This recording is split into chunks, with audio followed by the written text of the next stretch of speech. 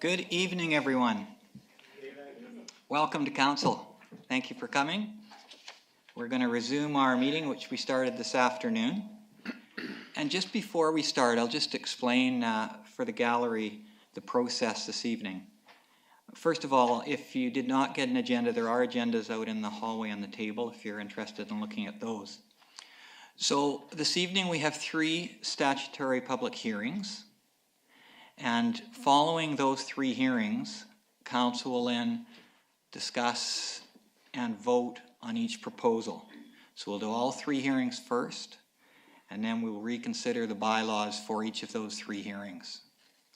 Following that, we have 2 variance hearings, and again, we will have the hearings and we will vote on those bylaws following. So for the audience, for the gallery, there'll be a space between the end of the public hearing and discussion by Council on the bylaw, but we will vote on them each tonight. So for Council, I'll start by asking, is there any disclosure of interest for any councillors on any of the items this evening? Okay, seeing none, we will start our statutory public hearings. And I will read the opening statement. It's kind of the rules to how it works. So the public hearing for bylaws number 4306, 4307, and 4308 is convened pursuant to sections 464 of the Local Government Act. At this public hearing, anyone who believes their interest in property is affected by these matters will be given a reasonable opportunity to be heard or to present written submissions to Council. We have received a number of written submissions already, and you're welcome also if you wish to add to those written submissions. You're welcome at a later time to come up and speak to them. If you wish to speak concerning the proposed bylaws, please approach Council and begin your presentations by clearly stating your name and residential address, so a recorder is able to record those. Our function this morning, or this afternoon, the function of Council is to receive the views of the public and to ask questions regarding submissions. Council will not debate the merits of this proposal with individuals. Background documents related to the bylaws and written submissions that have been received by the City are available for inspection by the public and are located on the table by the entry doors. All written submissions will be retained by the corporate officer for review by Council and by members of the public. To ensure that everyone has a reasonable opportunity to be heard, the following rules of procedure have been established. 1, please direct all of your submissions to the Chair. I will then redirect any questions to the correct staff person. 2, following introduction of the bylaws by City staff, the floor will be open for presentations, starting with the applicant, and followed by other interested parties in the order in which the Chair recognizes them. So you can just come forward when you'd like to speak. Presentations will not be limited unless the submission is not relevant to the proposed bylaw. There will be 3 calls for submissions prior to the closing of each public hearing. I ask that everyone please respect the views of others and try to keep your presentations as concise as possible. Legislation does not permit Council to hear or receive submissions from the public after the hearing is closed. I'll now ask the Director of Development Services to explain the first proposal. Thank you, Worship. Bylaw number 4306 proposes to rezone Parcel A in brackets DD 20184F bracket of the north half of the northeast quarter of Section 12, Township 20, Range 10, west of the 6th Meridian, Kamloops District, Yale District, except plans 5250, 8442, 12764 from single-family residential R1 to comprehensive development zone CD19. The property under application is located at 2520 10th Avenue Southeast. The present use on the property is single-family residential, and the proposed use is 20 to 22 residential bareland strata lots. The owner and applicant, well, starting with the owner, is Hillcrest Muse Incorporated, and the applicant is Lawson Engineering and Development Services Limited. Thank you. I will now open the hearing, and I would ask the applicant if he would like to present first.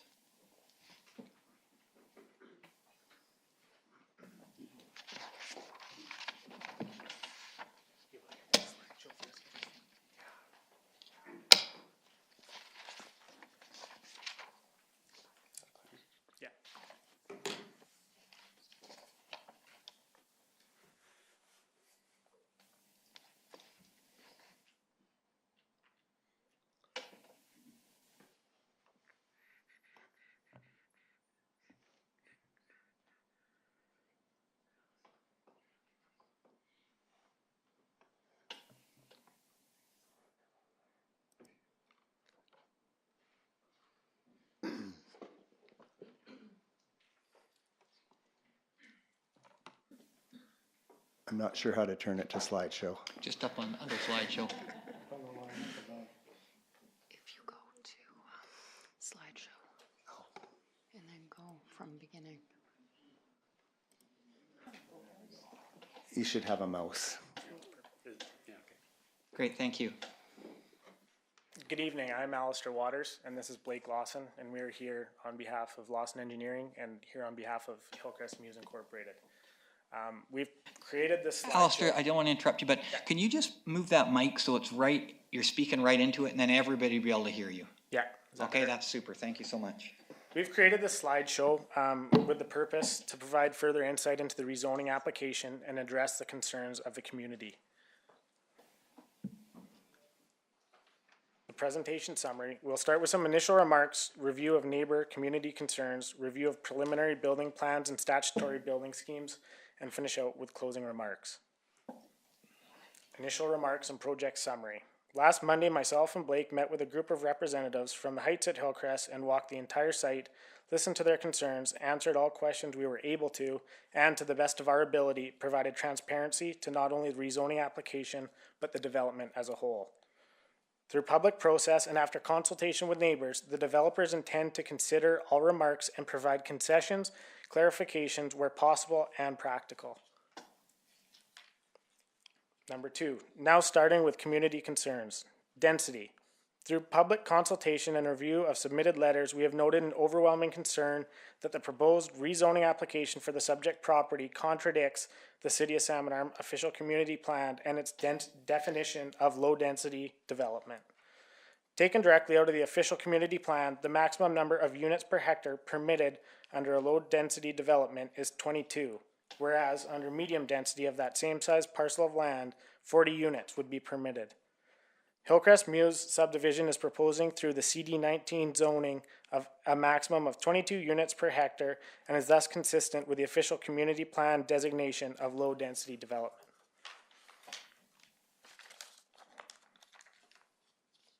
Concern proposed development contradicts the objectives and policies of the community plan.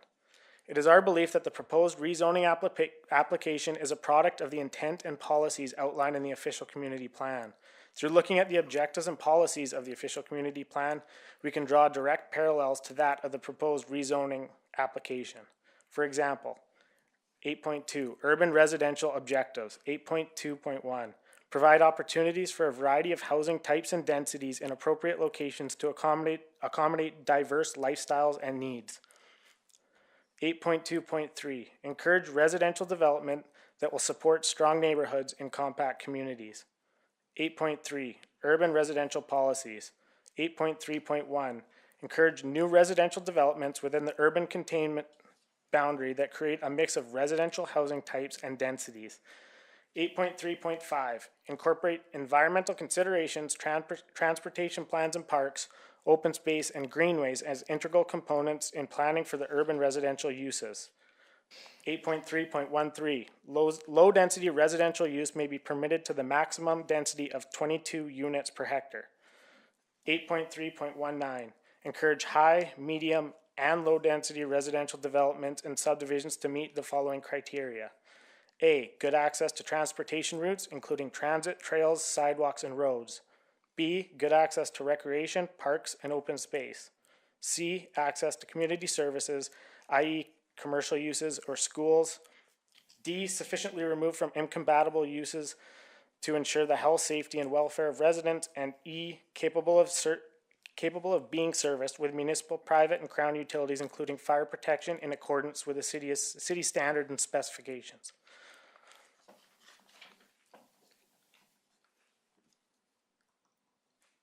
Again, with the OCP growth management policies, 4.47, continue to support a wide range of housing types in Salmon Arm in order to meet the needs of the diverse lifestyles and aging population, including affordable housing, sensitively integrated infill and intensification of existing development area, and provisions of low-density single-family developments. 4.4.10, continue to provide a high standard of municipal services, including an efficient transportation system that supports compact community and development. Now to parking and congestion. Again, we have received concern that the development as a strata will not be able to provide sufficient parking and will cause further congestion along 10th Avenue. The City of Salmon Arm bylaw requires minimum 2 parking stalls per unit or residence. Hillcrest Mews is proposing a minimum of 2 parking stalls, and as we can see on the slides, the ability for up to 5 to 6 stalls if necessary. Further to the noted concern of limited parking and developing group of Hillcrest Mews has adjusted the legal lot boundary on the lots on the west side of the development to allow for an additional 6 visitor parking stalls. Hillcrest Mews will also include a 24-meter wide cul-de-sac at the termination of the street, which is not a requirement, but rather desired by the developers to alleviate congestion concerns.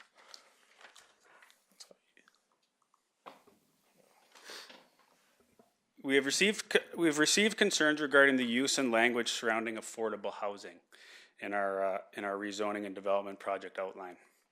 It was our intent to emphasize that we are not proposing this development as an affordable housing development, but rather, as notably termed throughout our entire report, a more affordable housing development. The developers have defined more affordable housing as a measure of housing affordability relative to the location and house composition. Taking the proposed building plans for Hillcrest Mews, a 3+ bedroom, 2.5 bathroom, new construction house in the Hillcrest neighborhood, the developers are aiming to price at $399 to $429. Comparatively, other new construction homes in the Hillcrest neighborhood have proven to be in the range of $600,000 to $700,000, thus more affordable housing. As is the case with most schools all over Salmon Arm, as the community population continues to increase, there subsequently becomes increased pressure placed on the public schools. After reaching out to both the Hillcrest Elementary School principal and the School District 83 Assistant Superintendent, there are already school capacity issues far outdating any concern presented by the proposed Hillcrest Mews development. That being said, both contacts noted to us that accommodations can and would be extended for students living in the Hillcrest catchment. Another concern expressed by the neighbors was a similar one to all development proposals. The removal of trees and the development may cause drainage issues to the adjacent properties. Now, stormwater management is a condition of at the subdivision stage and an item outlined in our subdivision and servicing bylaw. Creation of a detailed stormwater management plan will be required, backed by a geotechnical report. The geotechnical report for this site is currently underway, and although we have not received the full report, the geotechnical engineer has indicated that his observations were that the soils were well draining to the depths of his test pits. Findings from that geotechnical engineer will determine whether any on-site stormwater disposal is at all an option, and only with professional assurance will any stormwater from hard surfaces drain into the native soils. Residents have been concerned about what the grading will look like along the west property boundary and what effect the site grading will have on adjacent properties and on existing retaining walls. Based on the preliminary design, grades will match or be near what is there existing along the western property boundary. The developers intend to complete all site grading during the subdivision stage rather than lot by lot, and the purpose of this is to promote construction efficiencies and to provide a consistent lot grading between properties. So we have a few cross sections of the preliminary design. As outlined on the following cross sections, we show the proposed road surface, which can be seen in gray on the left. The proposed relatively flat grading throughout the parcel, and then continuing to the western property boundary where we will see fills not much over a foot.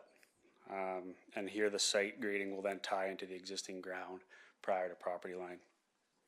So this is towards 10th Avenue. Lot 7 is towards the middle of the development site. Lot 13 ties kind of into the original ground, and then this is in the cul-de-sac at the end.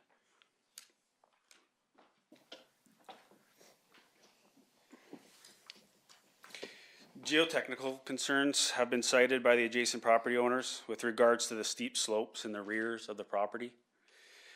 We've reviewed the historic grades between the two properties, and before the neighboring property was developed, they were between about 10 and 15%. During construction of the neighboring homes, the steep slopes were manufactured with steep cut slopes and in some cases retaining walls, as can be seen in the pictures.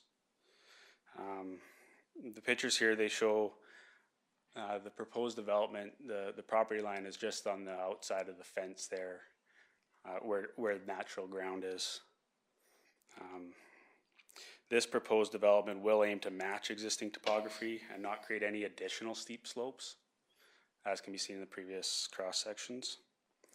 But an important note to make on this is that during the subdivision stage, and again a requirement of the subdivision servicing bylaw, it'll have the requirement to have a Category C geotechnical report completed, and this report will outline any special setback requirements from existing steep slopes. As privacy for existing houses will undeniably be reduced, the developers are proposing, and city staff has written in the actual condition on successful rezoning, requiring upfront bonding, a 6'6" full panel privacy fence. It's the developer's desire to install a vinyl privacy fence with no maintenance required, longevity in mind, and they're aesthetically pleasing, similar to the one shown here.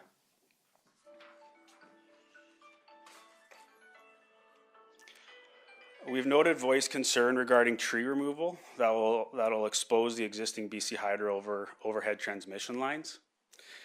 Now, it is in the best interest of the developers to put emphasis on hiding the existing power lines as well.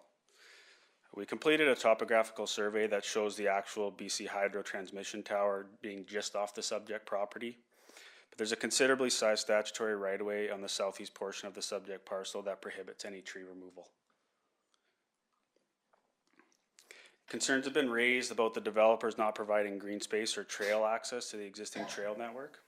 So we've actually been in conversation with city staff on this and understand there may be opportunity to link this development to a corridor that leads out to the Five Corners intersection. Again, a connection and corridor is in the best interest of the developers. A right-of-way for the trail corridor is outlined in the preliminary subdivision approval letter, and the developers intend and are required to work with the city to provide this amenity. That was all for discussion on the neighboring property's concerns, but we do want to also outline the developer's preliminary building plans for the development to provide a bit of insight. So like most developments, this one will have a statutory building scheme, which will mandate the exterior finishes, provide uniformity between houses, and ensure certain aesthetic measures are met. Some examples of these will be concrete hardyboard siding, a % of sod required in the front yards, accessory building size restrictions, a minimum % of stone facade, and a minimum concrete width on the driveways. Shown here is the developer's preliminary building plans. The two plans on the left show the basic concept for a 1,000 square foot footprint with 3+ bedrooms and 2.5 bath. The picture on the right is just an example of what the exterior style and possible finish of what the buildings would look like. The buildings shown are, of course, situated a lot closer together than what this development will have, but the building style is well displayed here. So just in closing, in order to accommodate our growth rate within the urban containment boundary for a compact, sustainable community, we do occasionally need to tailor zones for site-specific circumstances. The developers feel that this proposal creates a marginal transition between the new R1 fee simple developments to the west. And the developers feel that through research and community engagement, this proposed product is something the city will need and rely on over the next few years. And we'd be happy to answer any questions that you might have. Thank you very much. Council, do we have any questions for the applicants at this time? Okay, I don't see any questions presently, but we perhaps will call on you. Thank you very much. So I will call now for members of the public who wish to make presentation. Please step forward.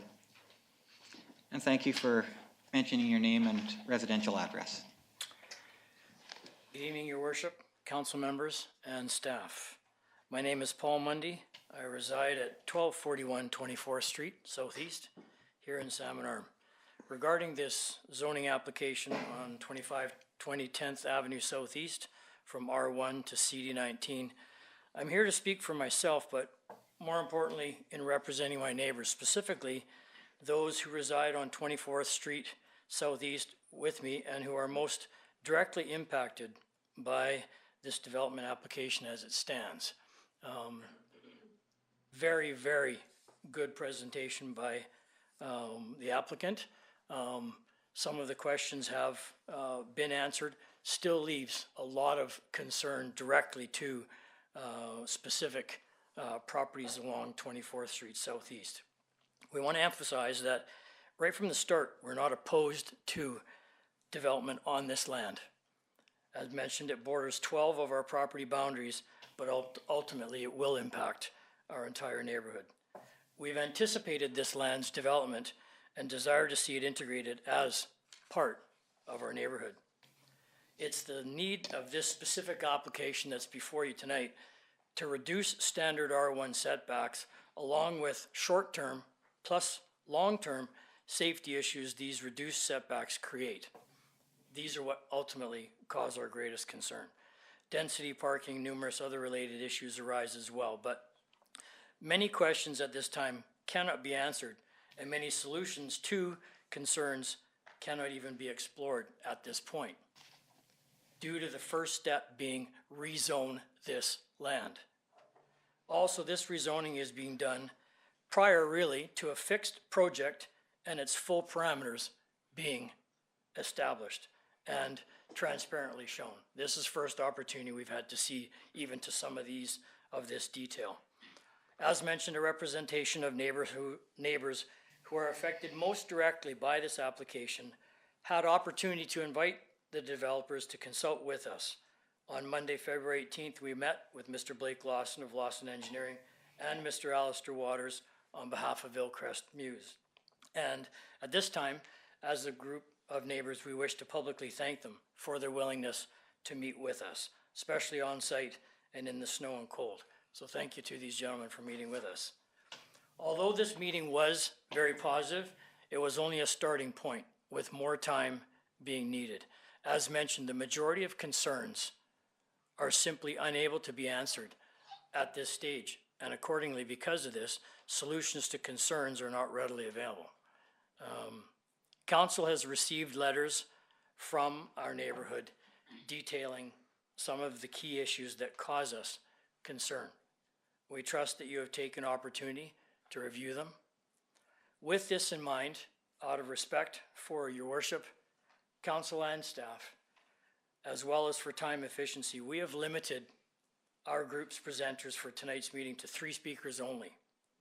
Once they have addressed you, if I may, I will return with final comments and direct answers to any questions you may have as best I can. There may be others here tonight who wish to speak, and we would simply ask that opportunity be given following our presentation conclusion. If this is accepted, Your Worship, with your permission, may I call upon our first speaker?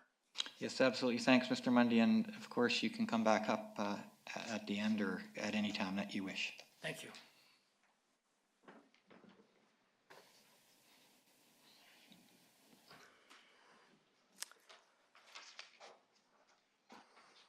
Good evening, Your Worship, council members and staff. My name is Pam Seeley and I live at 1081 24th Street Southeast. I'm here to speak on the rezoning changes for the Hillcrest Mews from R1 to CD19. There are many concerns that I have with this proposed development on 10th Street Southeast.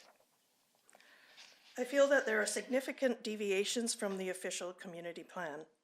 The OCP's primary use is, to quote, guide decisions by City Council when considering applications for development and rezoning, end quote.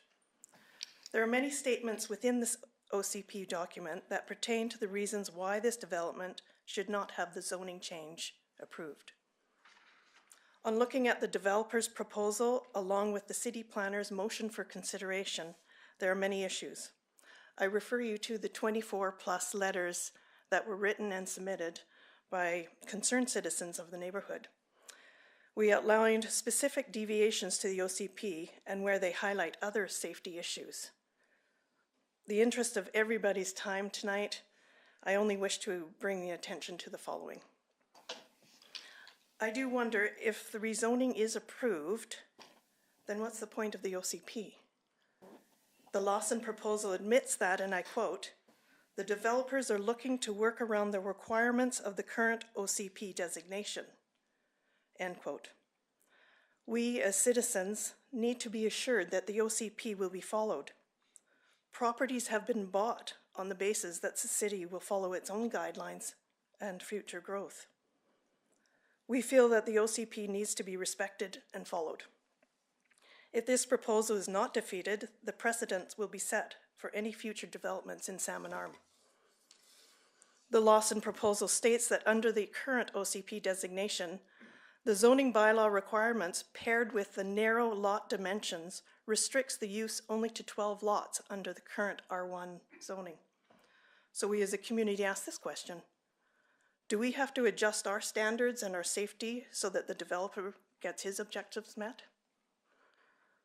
The motion for consideration mentions that the proposal reasonably aligns with the OCP policy 4.4.3, which encourages all growth to be sensitively integrated with neighboring land uses. We disagree. The proposal is not sensitively integrated with neighboring lands, specifically with the smaller parcel sizes and setbacks. For example, the zoning bylaw 2303 states that the front and back parcel line is 6 meters each. The proposed CD19 setbacks are in the front 2 meters and in the back 3 meters. This is a substantial reduction which results in a number of problems, such as limited parking, which will extend onto a visibly challenged 10th Avenue, garbage and snow removal challenges, and emergency vehicle access being compromised. A major concern has been identified with the topography and is noted in the OCP 8.1 and under the UCB expansion. The concern with the steep topography leads to the possibility of the land to slide into the neighboring yards below the development. No screening with fences and planters as a buffer will protect neighbors and the future residents of that development from erosion. Thus, it should be prudent and necessary to have an independent 100-year geotechnical rain intensity study completed. As Theodore Roosevelt once said, knowing what's right doesn't mean much unless you do what's right. I'm asking Council to defeat this motion as it stands. Thank you. Thank you. Is there any questions for Ms. Seeley at this time? Okay, seeing none, thank you. Please come forward. Your Worship and members of Council, my name is Greg Perkins, and my family and I reside at 1240 24th Street Southeast, a property which is directly impacted by this proposal. To provide context, I would like to remind Council that the subject property is located just inside the urban containment boundary, is earmarked for low-density single-family development by the OCP, and was recently rezoned to R1 in 2016. The property itself slopes steeply in areas, up to 34%, and it also borders properties with extreme slopes just on the other side of the property line. The applicant's proposal and CD19 have been designed to, quote, work around the requirements of the current OCP in order to, quote, provide for medium-density OCP designation. It is clear that the applicant has met this objective. Section 8.3.22 of the OCP has specific guidelines for development on slope properties in order to ensure slope stability, retain a significant amount of tree cover, and to maintain the green forested character of Salmon Arm hillsides. These guidelines include maximizing tree retention on slopes greater than 20%, promoting either larger lot sizes with the majority of trees retained, or clustered density with areas of no disturbance, and discouraging the use of cut, fill, and retaining walls. Rather than adhere to these OCP guidelines, the applicant's plan, as stated in a meeting with community members on February 18th, is to immediately remove all trees that are not on the BC Hydro right-of-way and flatten the slope using a combination of cut, fill, and retaining walls. A quick check of minimum parcel area, minimum parcel width, maximum parcel coverage, and front, rear, interior, and exterior setbacks confirm that R4 medium density is the closest comparable to CD19. CD19 actually further shrinks front, rear, and exterior setbacks to be less than those provided by R4 when bordering on R1 properties. All these changes contribute greatly to increasing the effective density compared to what would be possible under R1. The Hillcrest area and the subject property, the Hillcrest area that the subject property resides in was added to the urban containment boundary with the specific purpose of developing low-density single-family lots. According to the OCP, the Hillcrest area in general, and this parcel in particular, are unsuitable for the medium-density development proposed by the developer. City staff agree with this assessment and indicated in a meeting on February 13th that R4 is not appropriate for this parcel and would not be supported by staff. This proposal blatantly and explicitly contravenes the OCP. I am in favor of developing this property at the current R1 low-density residential zoning in adherence to the guidelines of the OCP, and I ask that Council defeat this motion as it stands. Great, thank you very much, Mr. Perkins. Do councillors have any questions at this time? Seeing none, thank you. Please come forward. Good evening, Your Worship, members of council and staff. My name is Joanna Hamilton and I'm a resident of 1040 24th Street Southeast. My property is on the west boundary of the subject property. Ourselves and our direct neighbours at the northwest end of the property have steep banks directly behind our houses that meet the subject property at the apex of the hill.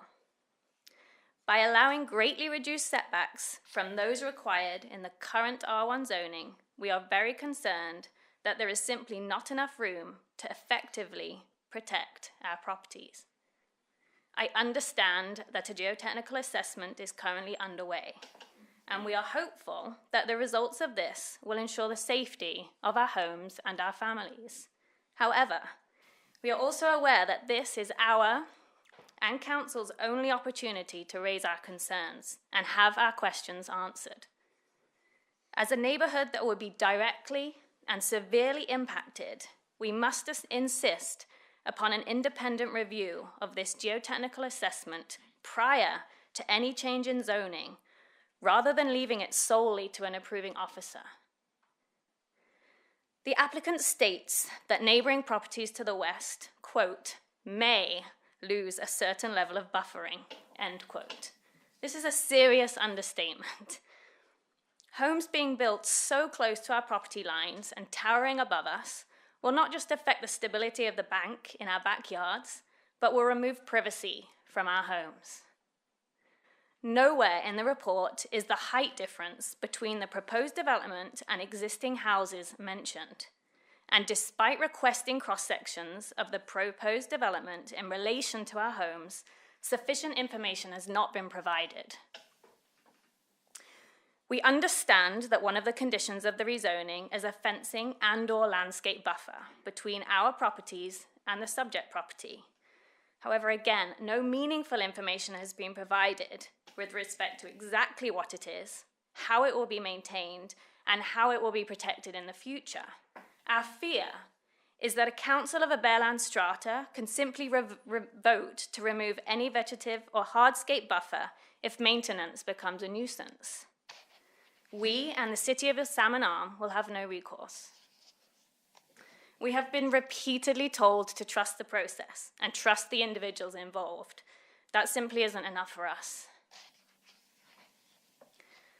A key rationale for consideration and approval of this particular rezoning and development is to provide the Hillcrest area with a more affordable housing option.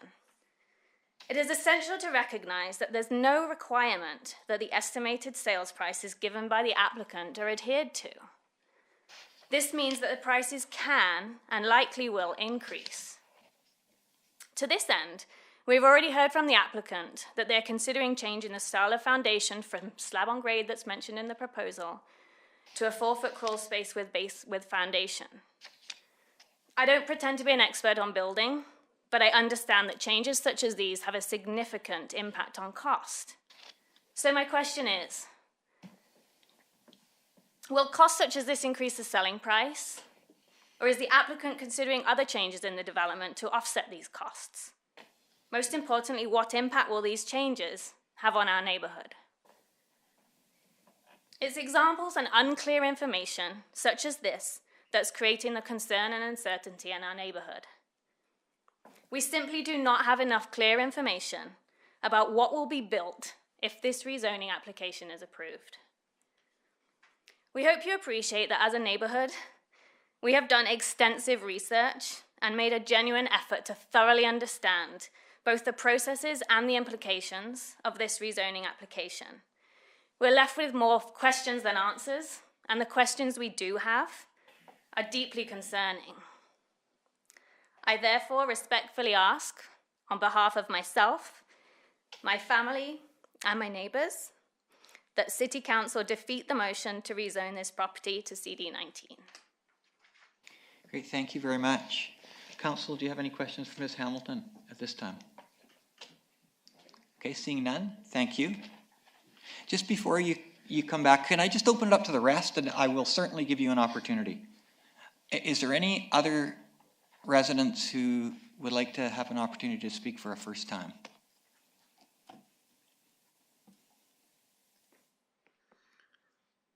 Mr. Monday, you're on. Thank you, Your Worship, council members and staff. Paul Monday again, if I may, in conclusion. Key issues were addressed in a variety of written formats to you. We as citizens feel the pressure that this is our only opportunity to ask questions, express our concerns, and attempt to gain information that provides answers and confidence to move forward. It's a rushed process for us. Development application and staff involvement potentially taking months or longer, and yet our neighborhood proactively was really only able to start gathering information February the 7th, with mere weeks to respond.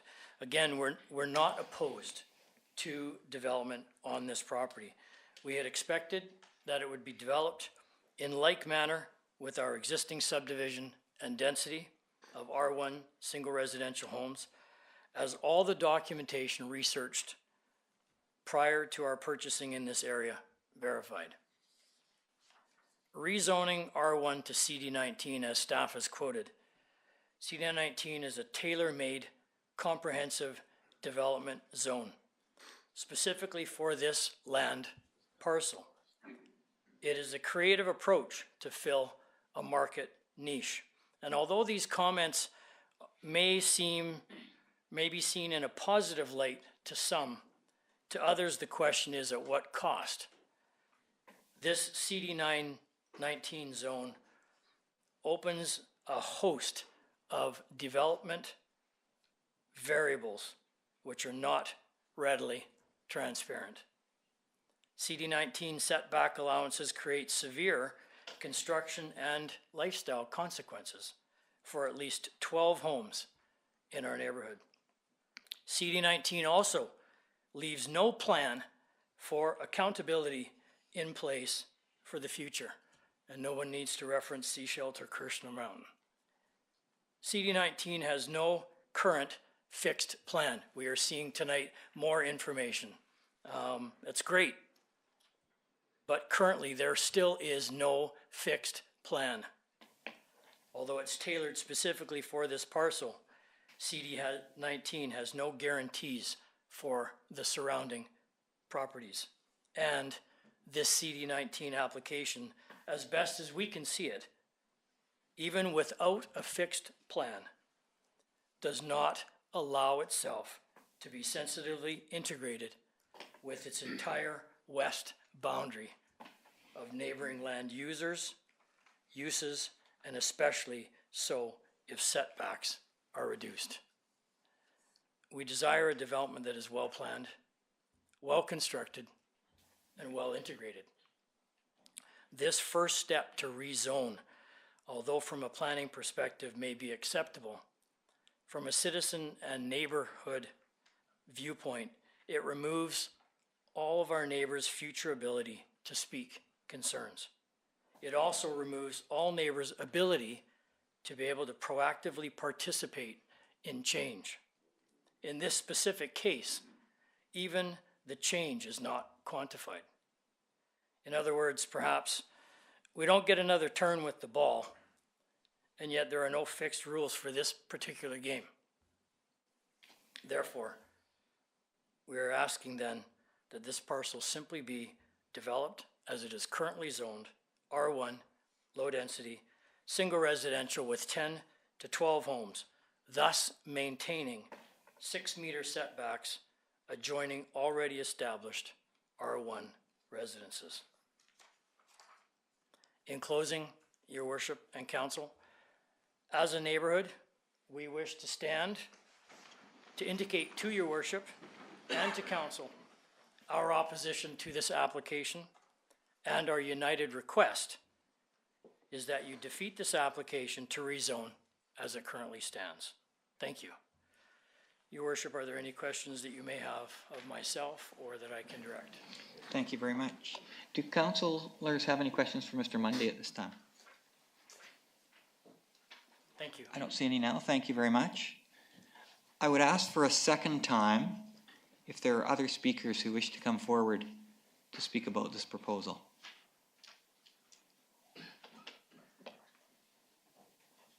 I'll ask again, is there any other people who would like to come forward?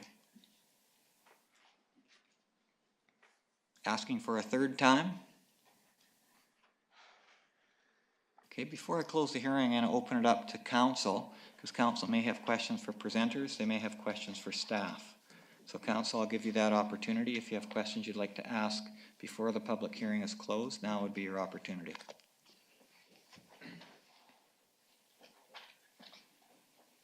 Councillor Flynn. Thank you, Your Worship. And I'm not going to comment at this point because that's for later, but I do have some questions for staff that came out of both the applicant's presentation and as well the neighbors.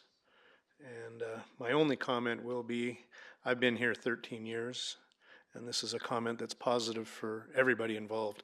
Probably the most professional applicant's presentation, and also absolutely the most respectful neighborhood presentation. So you're all to be commended, and I said I wasn't going to make comments, but before I ask my questions, I'll just make those comments. Okay, Councillor Flynn, we were just asking questions, President. I know. So staff, if staff could go to page, or I don't know what appendix it's called, Appendix 9, the zoning analysis. And I believe it was Mr. Mundy that stated that at some point in staff's memo to us, that staff made it very clear R4 could not work on this property. Could you provide perhaps some clarification around that quote of your comment, and then I'll ask the questions regarding Appendix 9. Director of Development Services. Your Worship, the R4 zone would not be supported for that property because the official community plan designation is low density, right, and R4 needs a medium density residential designation to support it. Okay. And one of the main reasons is because R4 allows for townhouse development, such as what you see down on 10th across from Canadian Tire. Those townhouses there, I can't remember the name, Park Haven, I believe. Across from the Max and the car wash up by Askey's Uptown, that's an R4 townhouse development.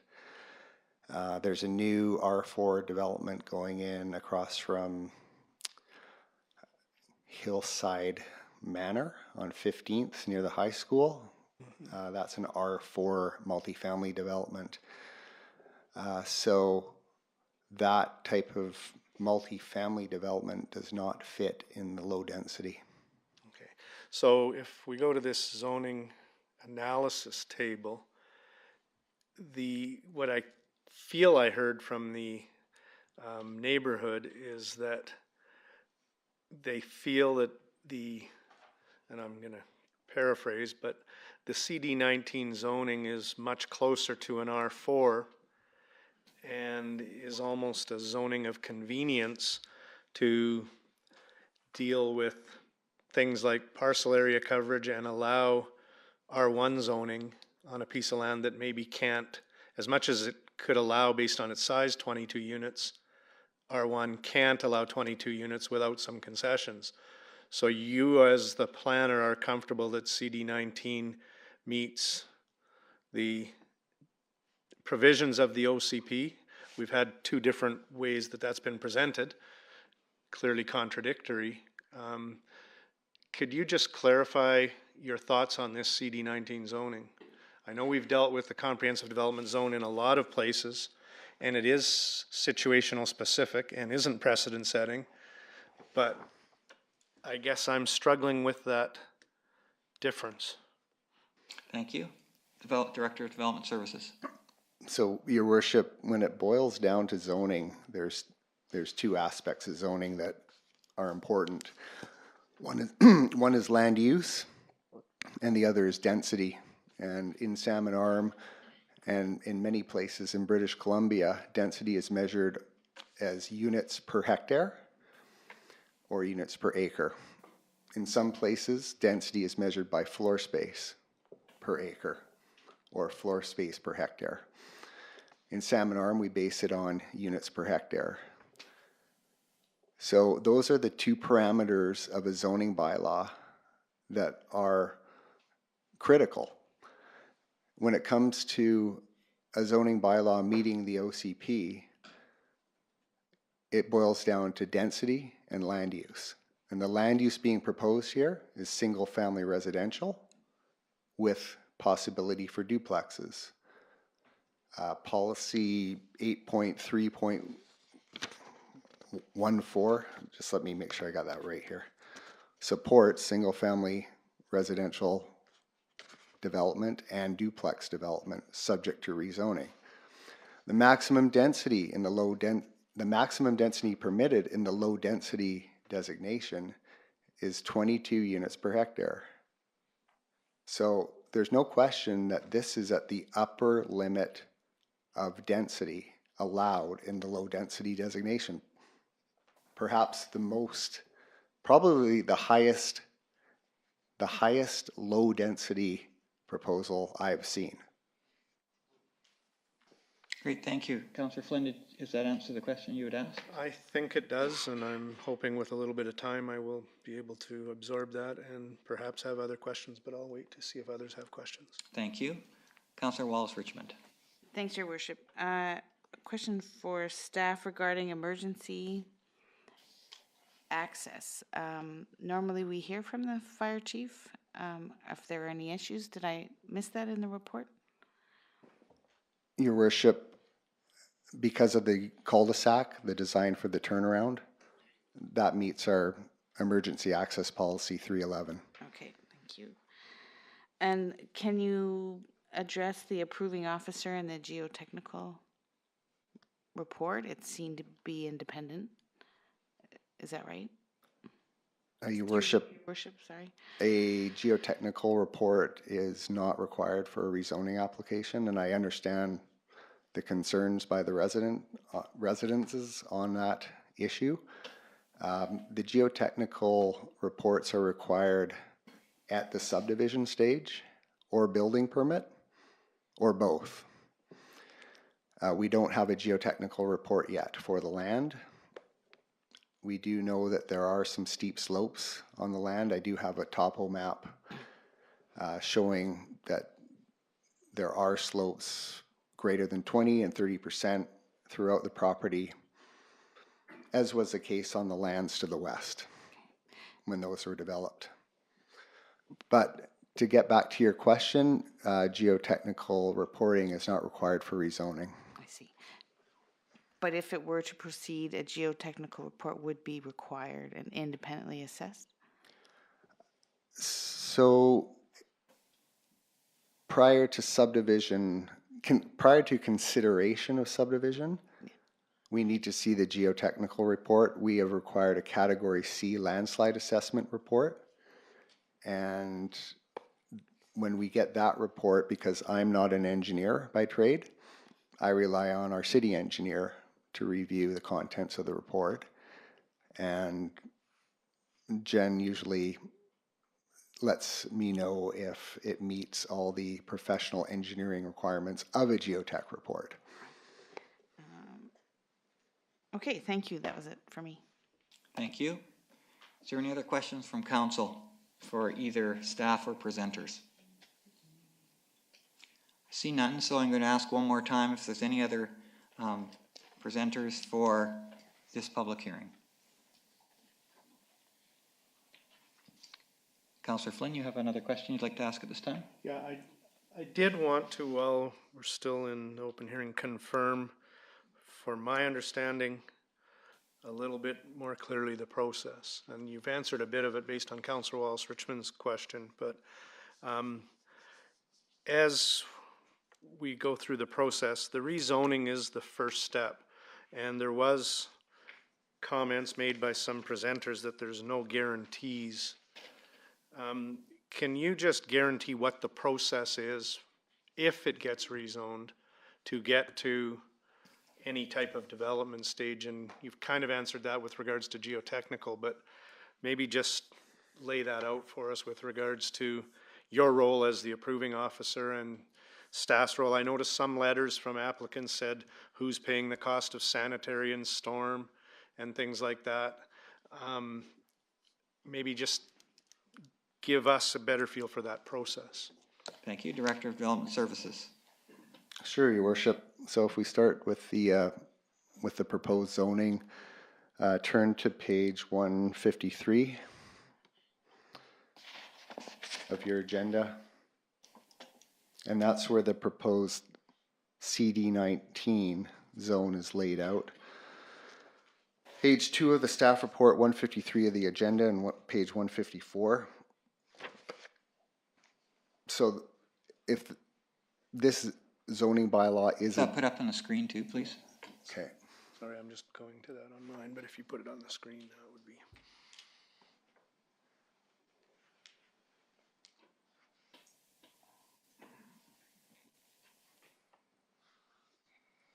Thank you.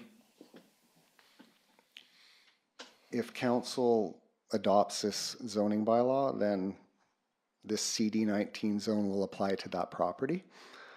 So in terms of certainty, that would be a certainty. The regulations for development and land use are spelled out in that zone.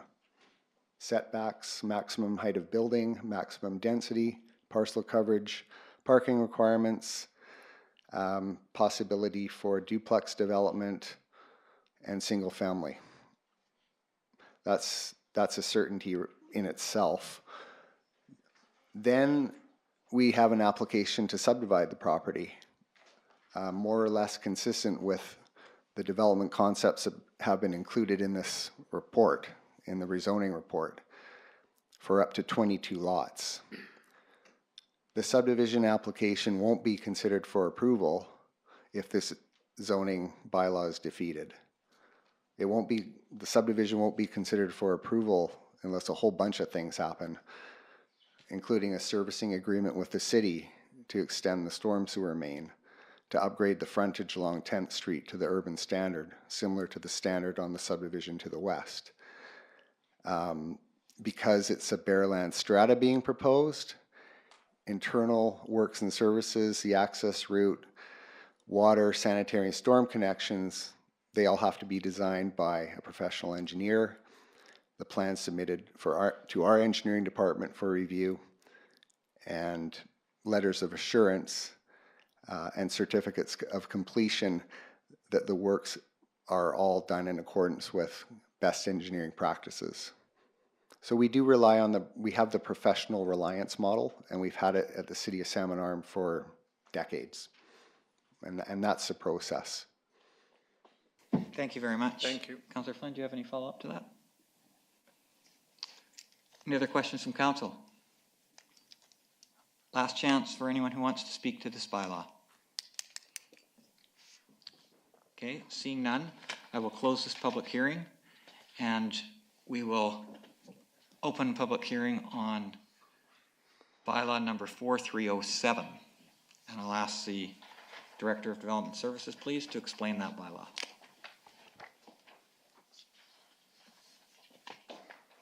Your Worship, bylaw number 4307 proposes to rezone Lot 18, Plan 31204, from single-family residential R1 to residential suite zone R8. The property is located at 2150 21st Street Northeast. Present use is a single-family dwelling. The proposal is for a single-family dwelling with a low-level suite. The applicant is Mike Simpson, and I believe he is here today. Great, thank you very much. So would the applicant like to come forward?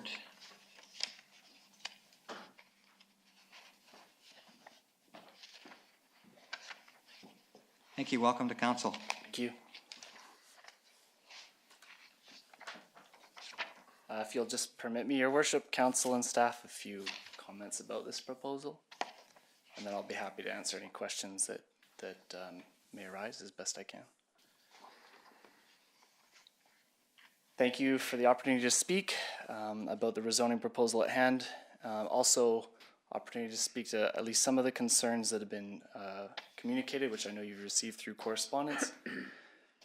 This morning, actually, as I was leaving work to come here, I received that correspondence outlining the concerns of my neighbors and some other people who live in that Bastion subdivision. I spent the 5-hour drive up here reflecting on them, and here are a few of my thoughts. My wife and I purchased this house about 1.5 years ago with the intention of someday moving up here with our 4 children. Salmon Arm and the surrounding area are places I've come to love, as I've spent the last 23 years of my life traveling up to this area multiple times a year, mostly to visit my grandparents Stan and Ann Wilby, who currently live in the old Askew house near McGuire Lake there. Currently, we continue to travel up so my children have opportunity to spend time with their great-grandparents. When we purchased the property, we knew it would be some time before we were ready to move, and Kathy Back, the previous owner of this property, noted that the caretaker of her grandchild was looking for somewhere to live, as the house that they were renting had been purchased and the new owner wanted to occupy it. That child taker is the current tenant of our residence. She's a single mom with 2 young adult children. That's almost an oxymoron, but older children. She resided in her last rental house for 11 years, problem-free, according to her previous landlord.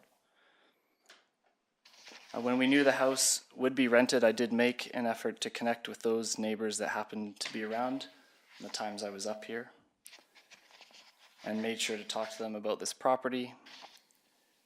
I gave them my cell phone number and encouraged them to contact me if there were issues that they had or saw or experienced. To date, I received one text message about the cleanliness of my tenant back in July. a text message to which I responded immediately, and I feel fairly. I'm happy to address that further if you have more questions. Through numerous conversations with friends of ours who live in Salmon Arm and the groups they're connected with, we soon learned of the dire need for housing experienced by many in this city. As council members and some of the gallery, I'm sure, are keenly aware, a posting for rental housing often generates literally dozens of inquiries in the first few hours. Given the situation and the fact that my family is not yet ready to make the move due to employment constraints, we decided it might be an idea to create a secondary suite in the lower level of our house at 2150 21st Street Northeast. As I read the correspondence this morning, obviously my family not living here in Salmon Arm is a sticking point for many of my neighbors. As I've noted, however, it was not by accident that we purchased in this city, nor is it that we are not ever here or don't care about this place. But yes, us living in the town of Ladner on the coast, 5 hours away, does create a barrier for accountability. To help alleviate some of that, I do have a property manager who runs past the property every few months and will send me pictures. In between my own trips up here, I've been up probably 5 times since the fall. And I continue to be happy to have conversations with neighbors, and will redisperse my cell phone if that's my cell phone number if that's helpful. Just generally regarding tenants' cleanliness, that came up in the correspondence. Again, apart from the one message I received several months ago, today is the first I'm hearing about some of these concerns. The times I have traveled up here, I go past the property, or when my property manager has taken pictures of the property, there's not been anything that stood out to me that detracts from the neighborhood aesthetic, but I understand those are one-time instances. I have been up. I know council also has a couple pictures on file that city staff took as part of the rezoning process, so I feel free to reference those. Again, I'm happy to invite neighbors to contact me with specific concerns they have. And I appreciate that many are concerned about how neighborhoods might change with the addition of secondary suites. I also appreciate that for many, finding suitable housing in this city is a very serious issue. Even in my conversations with Ben Hall, who is the pastor at Shuswap Community Church, he has asked me before I post anything, he has asked me to let him know when the secondary suite is approved before posting an ad, as that church alone has many families who are struggling to find housing in this place. I've been approached by 2 separate individuals at the prospect of a secondary suite. One, a single mother with a young infant. The second, a refugee family from Syria who I was connected with through somebody within our subdivision, both of whom are asking when the suite might be completed. As a single income family living on the coast, I can sympathize with those who struggle to find housing. And to be completely transparent, I have to admit I'm more biased to their situation than those of existing homeowners. The town of Ladner we live in is experiencing a similar squeeze in regards to housing. And our family has seen and experienced a whole demographic being pushed out of the area that they work, the area their kids go to school, because housing prices have risen and rental vacancy has dropped. In fact, the only reason we're actually still able to live in Ladner, the place where my kids go to school and where I work, is because someone we know offered us a place to rent at an affordable price. So inevitably, part of this application is that we want to offer the same opportunity to the people of Salmon Arm that we were afforded in the town in which we live. I do think this rezoning and project can meet some of the demand for housing, and I think it's a proposal that can meet the expectations and hopes of the subdivision as well. And I hope that my effort to be here to respond to some of the concerns outlined in the correspondence I received this morning is evidence to that. I'm happy to take any questions if you have any. Thank you. Great, thank you, Mr. Simpson. Any questions from council at this time? Thank you very much. Thank you. I'll ask for a first time if there are people who wish to speak to this rezoning. Please come forward.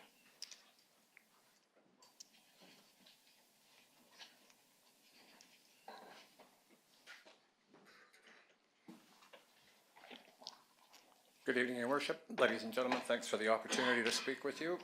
My name's Doug Diamond. My wife Debbie and I have owned the home directly across the road from this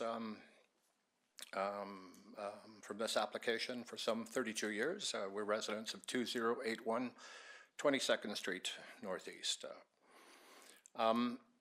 If you look at the map of the subdivision, you'll notice the subject property is on a corner, and it's on an inside corner, so it has a fairly long sweeping exposure to the curb. It is immediately visible by some 7 or 8 homes. And I have to, first of all, acknowledge that Mike did in fact come over and talk to me and explain what it was that he was about to do. But I do have to say that what has transpired over there, it ain't pretty. And I personally believe that that is representative of an absentee landowner. When things were moving along here, a couple of us took the opportunity to canvass the neighborhood. Actually, we came down to City Hall, first of all, to confirm that the zoning was in fact R1. It is. We canvassed the neighborhood only to find out that there are no less than 5 existing secondary suites. I think the primary difference, though, is that at those secondary, or those locations where the secondary suites are, the owners are in residence. There's a big difference.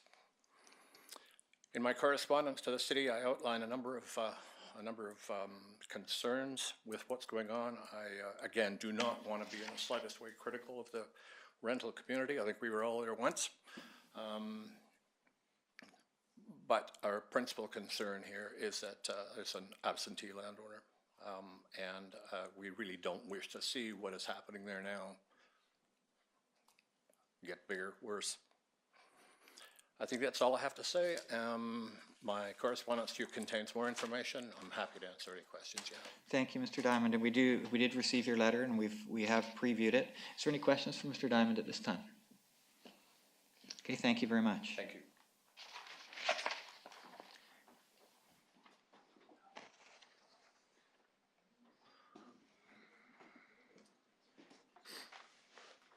Good evening, Your Worship, council members. My name is Doug Webb.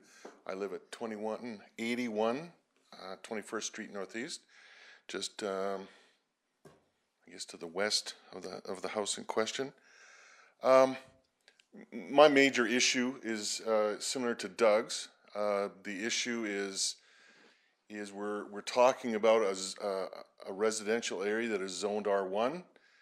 We're dealing with on an increasing basis, and I think because of the number of illegal suites that are actually on that street, increasing density than that street was ever designed to have. The streets are narrow, there's no sidewalks. Every evening this time of year when you're walking on those streets, you're taking your life into your hands. And all we're doing here is increasing the density of this area, albeit someone actually doing the right thing, the right way. The other illegal suites that are in there are illegal suites. But the major issue, the major difference being is that there are landlords, there are owners present in those homes. You know, where there has been a party going on in a home somewhere, or an issue going on in a home somewhere, we can walk across the street, talk to that person, and we will normally see a change immediately. Or at least you have some understanding. Not sure what the property manager has been seeing when he goes past, because some issues, especially in the summertime, have been pretty awful. I would say that some of the time it wasn't a matter of cutting grass, it was swathing. And, you know, this is a subdivision. We've only been there for 1.5 years, almost 2 years, I guess now. This is a very well-established neighborhood.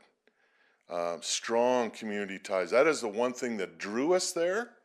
And as I talk to individuals around that area, in some cases, that is what has kept people in that particular neighborhood, was the relationships that exist.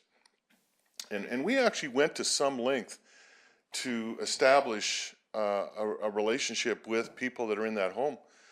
And we're literally rebuffed, just no interest. And I can say that so many of the other houses in that area, I've gotten to know people in 1.5 years. So, you know, we're talking about a low-density, single-family area that I think, you know, what we're saying is it needs to be maintained in that way. The biggest aspect I have is the accountability one. The absence of an owner and landlord that is present is significant. And I've gotten to know Mike Simpson. He's a very decent individual. I wasn't given his phone number. I don't have his phone number. So I was able to get a hold of him about things, and those are issues. So I haven't been able to contact him about the issues that I've seen, and I don't live right across the street. But the ones that do, I know you have received letters not only from the individual that just spoke, but another individual lives across the street who is not in Salmon Arm presently right now on holidays. So those are my issues that I speak to this evening. Thank you for your time. Thank you, Mr. Weeb. Questions for Mr. Weeb from councillors? Okay, thank you for your presentation. Is there other presenters towards this rezoning? Please come forward.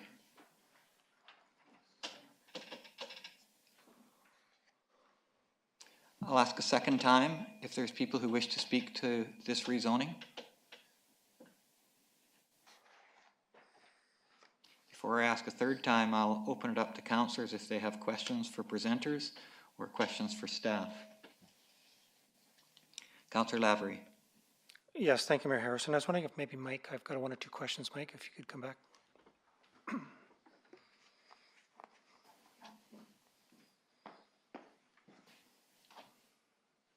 Yeah, thanks, Mike. So I know that you're saying that some of these things you're just hearing from now, and you've had a property manager go by, but I just want to be specific about some of the things that were, and maybe you just read about them this morning, I'm not sure, but are fairly specific here. Tell me about yard maintenance and what has been in place and what future plans might be in place. Excuse me, what has been in place up until this time, at least what's in writing in our tenancy agreement with the tenant, is that snow removal and lawn care is up to the responsibility of the tenant existing there. Beyond that, obviously, it seems like we have a conversation pending about that, but that's as it stands at this moment. Do you have a fallback plan on that pending conversation? A fallback plan would be a landscape company that can provide regular maintenance. It would just affect costs. No, I understand that. Is that a commitment to that as a fallback plan? If that is going to be helpful, then yes, I can make that. Thank you. I appreciate that answer. At this stage right now, there's also, and full disclosure here, I may, as a student, have lived in some conventional window coverings that were not the most exquisite that they could be, but I know this neighborhood very well. Can you comment on tenants using towels, blankets, and anything else to keep light temperature out? Because in my view, that does have an impact on the neighborhood. A, has that happened? B, is it happening now? C, what are your plans for that? Yes, thank you. The house is equipped with 2-inch slat blinds, which I had installed. The correspondence I received via text message in July was referring to the haphazard way in which the tenant attempted to insulate around an air conditioner. I did reach out to her after receiving that text and ask her to fix it. Last time I drove past, which was maybe 3 weeks ago, there was a flag hanging in one window. I didn't ascertain as to what type of flag, but. Okay, and thank you. And I know these get very thin lines here, but your position going forward on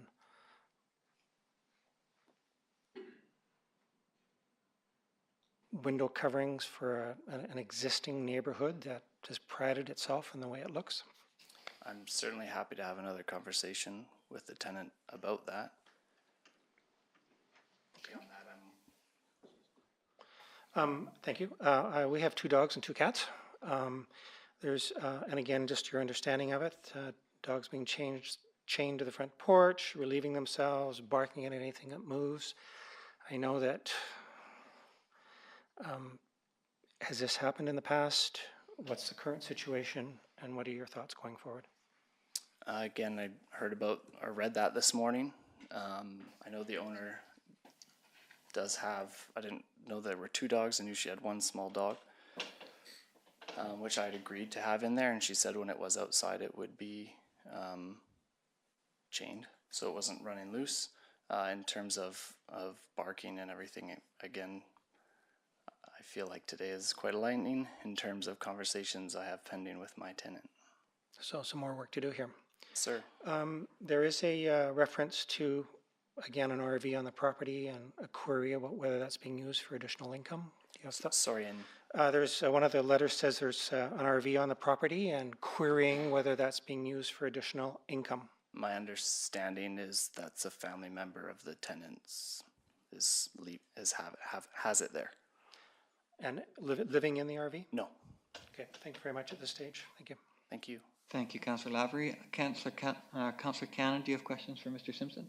I guess just a bit of a comment that being someone that's had rental property, I think we're kind of on a little bit of thin ice discussing what window coverings a tenant has and stuff like that, because I would think the Tenancy Act, really there's not grounds for us to discuss that, I don't think, at the council level of what window coverings that a tenant has. So, I mean, my heart goes out to you because I've been in the rental before, and you know, when you're enlightened and you find out these issues, like you said, just driving down here and reading the letters or whatever, it's hard.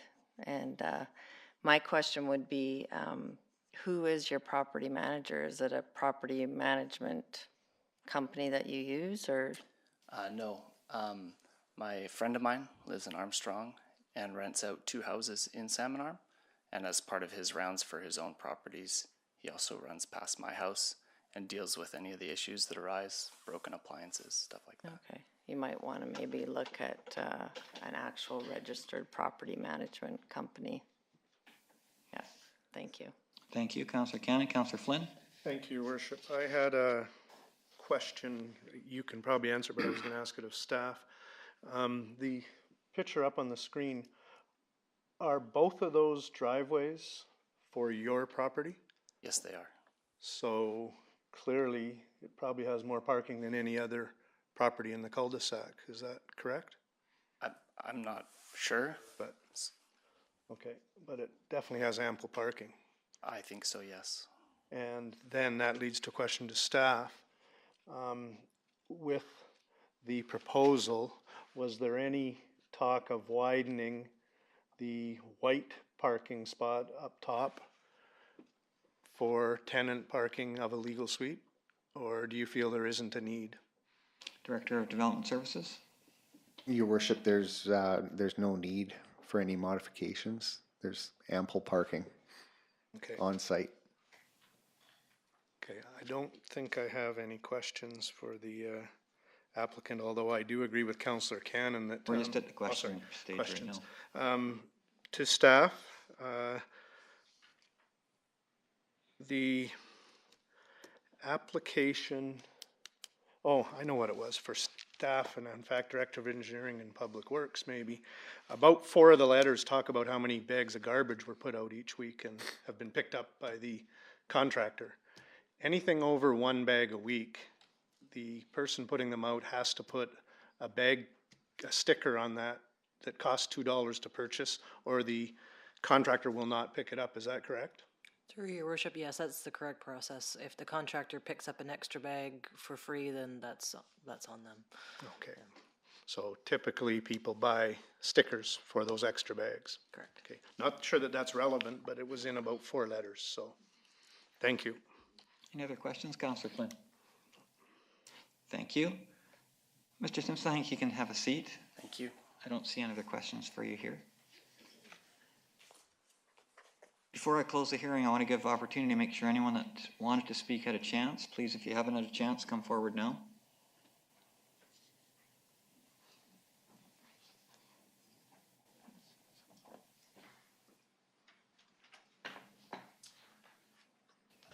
Good evening, Mr. Mayor and councillors. My name is Richard Sweet.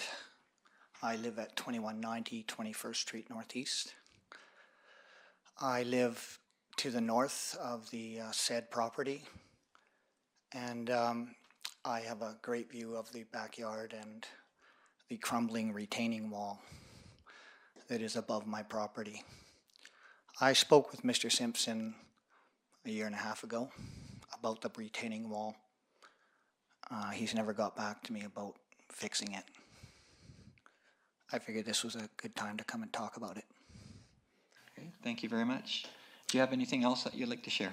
Oh, I'm just concerned, you know, if you allow this to happen, you're setting a precedence, I feel. I've lived at 2190 for 20 years. And we raised our kids there. It was a fabulous neighborhood. But we did buy there with the understanding that it was single-family dwelling. And we put a lot of care into our home and our yard. And I think by allowing a secondary suite, you're just lowering my property value. And you're setting a precedence for other people to possibly do the same thing. Okay, thank you. Do we have questions for Mr. Sweet? Can I just ask you, if the property owner was living in the house, would it make a difference to you as far as the rezoning goes? Well, it would. When Kathy Back lived in the house, she was a widow, and she didn't have a lot of money, and I kind of turned a blind eye to the crumbling retaining wall. Because of the situation. But, you know, I haven't seen any real change since Mr. Simpson has bought the house. He hasn't approached me about the retaining wall. And as the other neighbors have said, the yard isn't looked after as it would be if you had a person who owned the house living in it. Okay, thank you very much. Appreciate you coming forward. Thank you. Is there any other people who would like to speak to this rezoning? Please come forward now.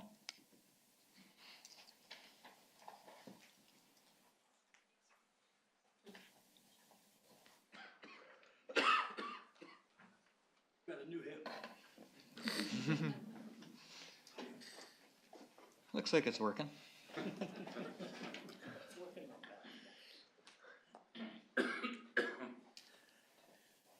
Your Worship, Councillors, my name is Robert Smith. I live at 2050 22nd Street Northeast.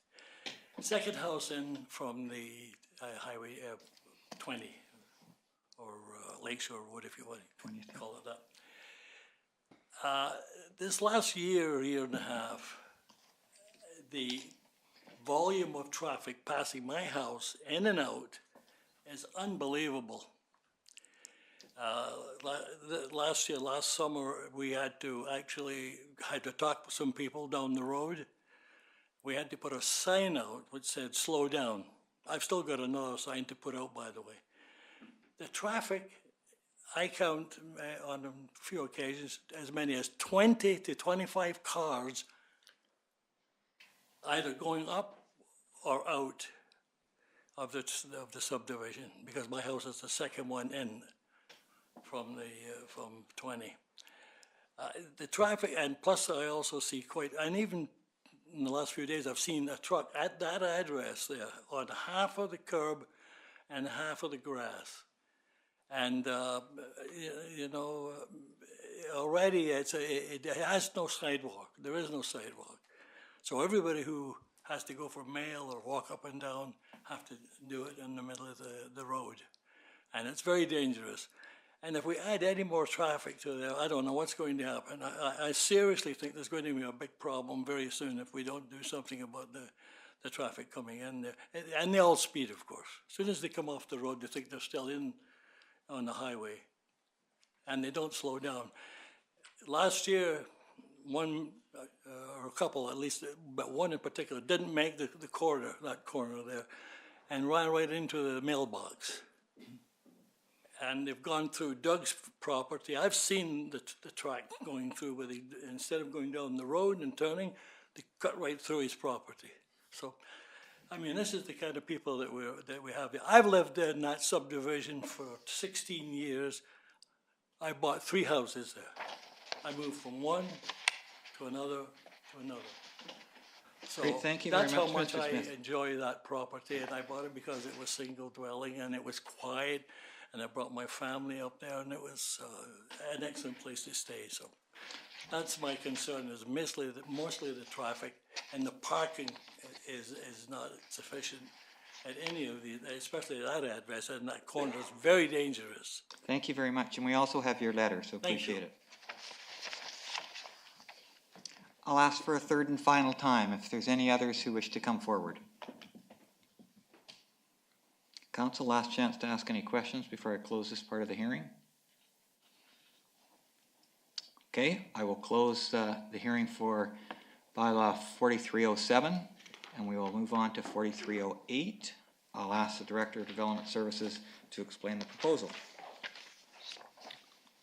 Your Worship, bylaw number 4308 proposes to rezone lot 12, plan 19260 from R7, large lot single family residential zone, to R8, residential suite, and R1, single family residential zone. So a split zone is being proposed here, with the northern portion proposed to be rezoned to R8,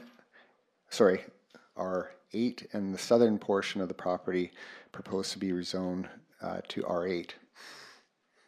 R1, sorry. I don't have my glasses. The owner applicant is Mr. Green, and he has an application to subdivide the property.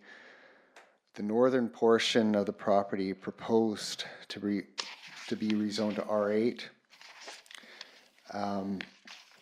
is where would be vacant, and the southern portion to remain R1 is where the existing house is. Great, thank you very much. I would ask if the applicant would like to come forward first. See Mr. Green's there. Is the applicant here?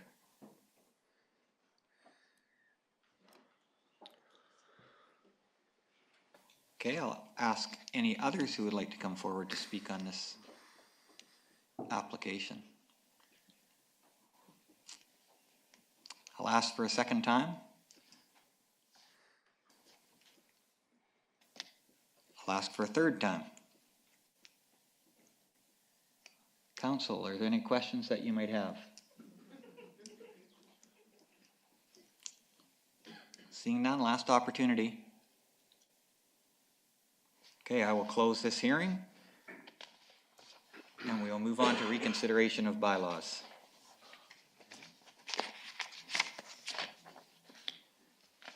So on your agenda, if you're following, we're in section 22, section 22.1, which is reconsideration of bylaws. And the first one is City of Salmon Arm zoning amendment bylaw number 4306, loss on engineering and development services. 2520 10th Avenue Southeast, R1 to CD19.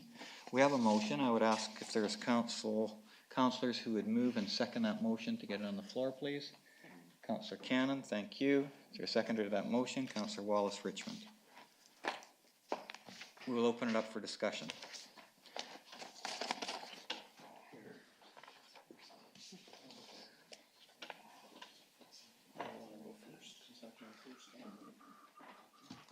Councillors, any councillors wish to speak to this motion?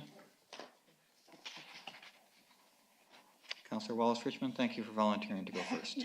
Somebody has to go. Somebody has to go first.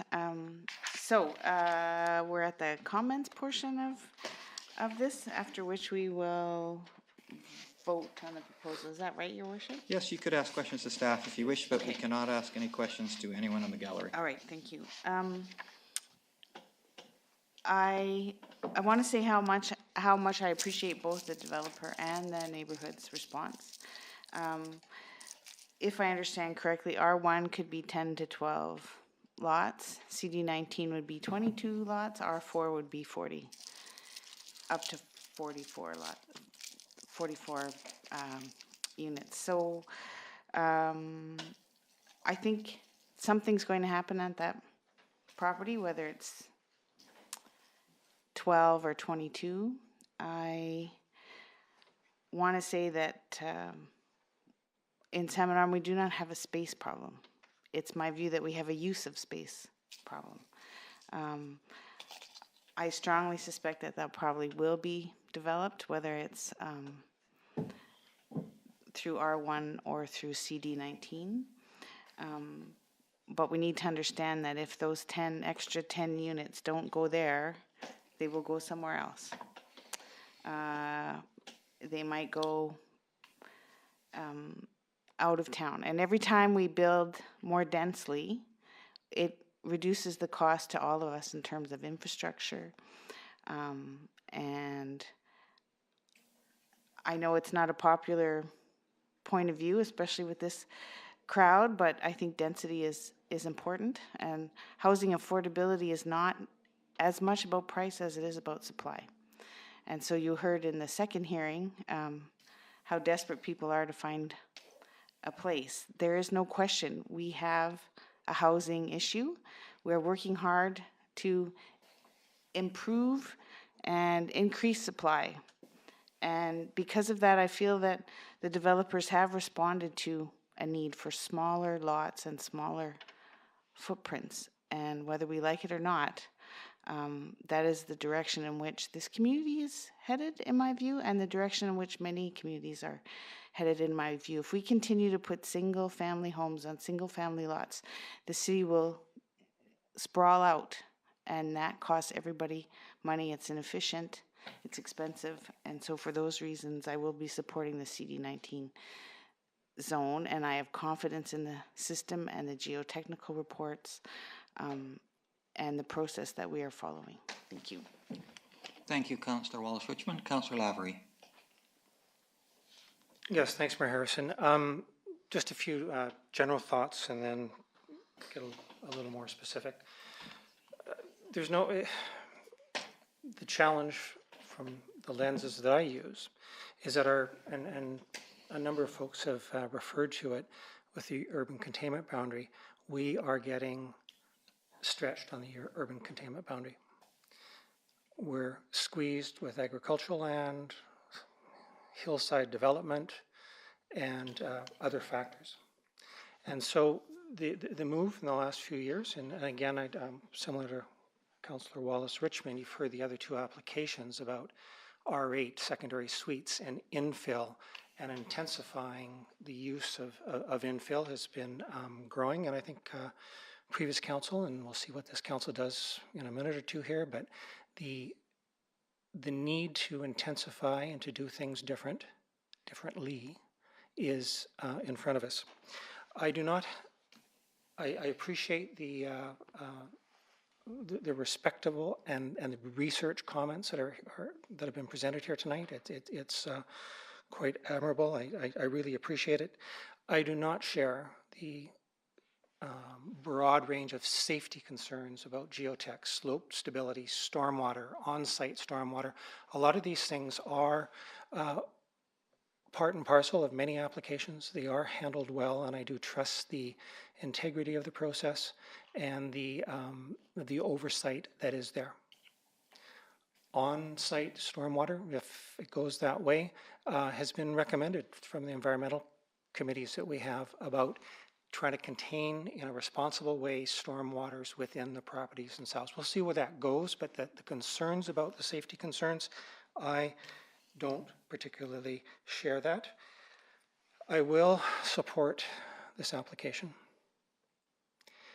It does lead to intensification, and I will say out front here, it does not reflect, and I think the words I use are the neighborhood and the lifestyle consequences. It does not reflect the properties to the west, but it is the future of where the developments that we are going to have. The argument about affordability and not meeting affordability guidelines, I think that the applicant did address that, and to my satisfaction as well, that those affordability guidelines that were referenced have usually to do with rental income, and they usually rent geared to income at 30% of your income. There's a number of comments about that. This is, in my view, a risk by this developer in terms of, is there a market niche for admittedly smaller setbacks and being closer together? But on the other hand, it does meet somewhat the R1 density approaches. And I will support the application. Thank you. Thank you, Councillor Lavery. Councillor Flynn. Thank you, Worship. And again, I will repeat the comments I shouldn't have made earlier because I was commenting, not asking questions, but extremely well done presentation by the applicant and extremely well done and respectful presentation by the neighborhood. I used to live up by Hillcrest School, and I don't live far from this now, and I actually live on 4th Avenue that across from me is zoned R4. So it's one of the biggest lots in Salmon Arm right now with single family on it, but it is zoned R4.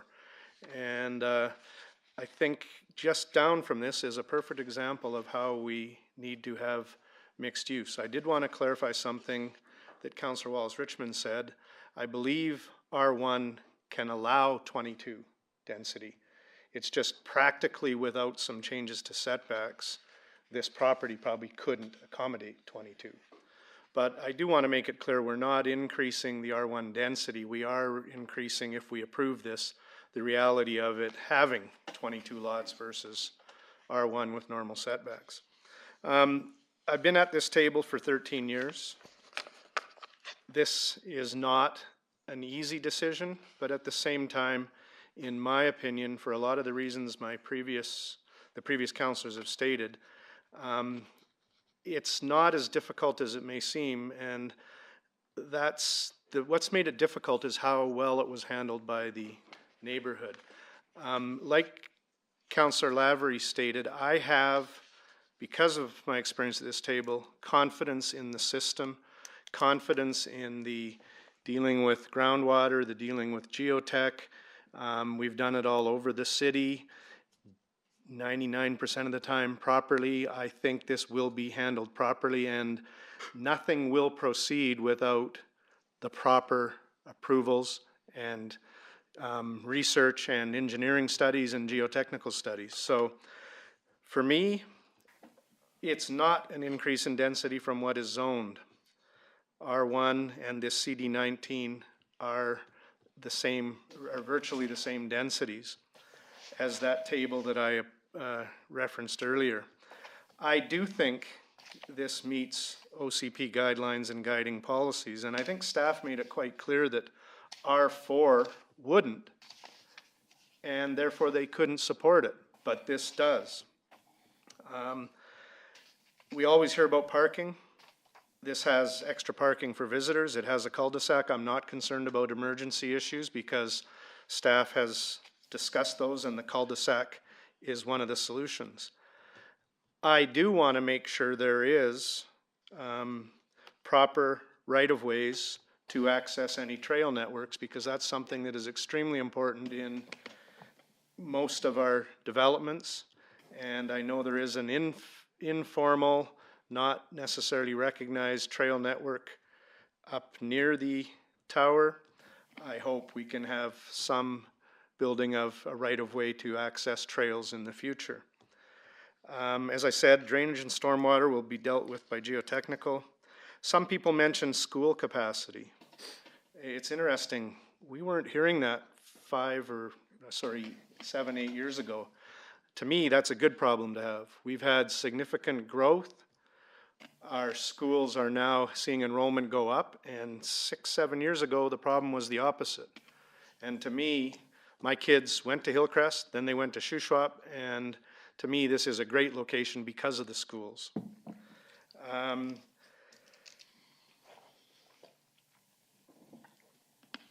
The transition was spoken to by some people, and I do think whenever we get an application like this that is a little bit different, we get talking about precedent, we get talking about the OCP is there for a reason.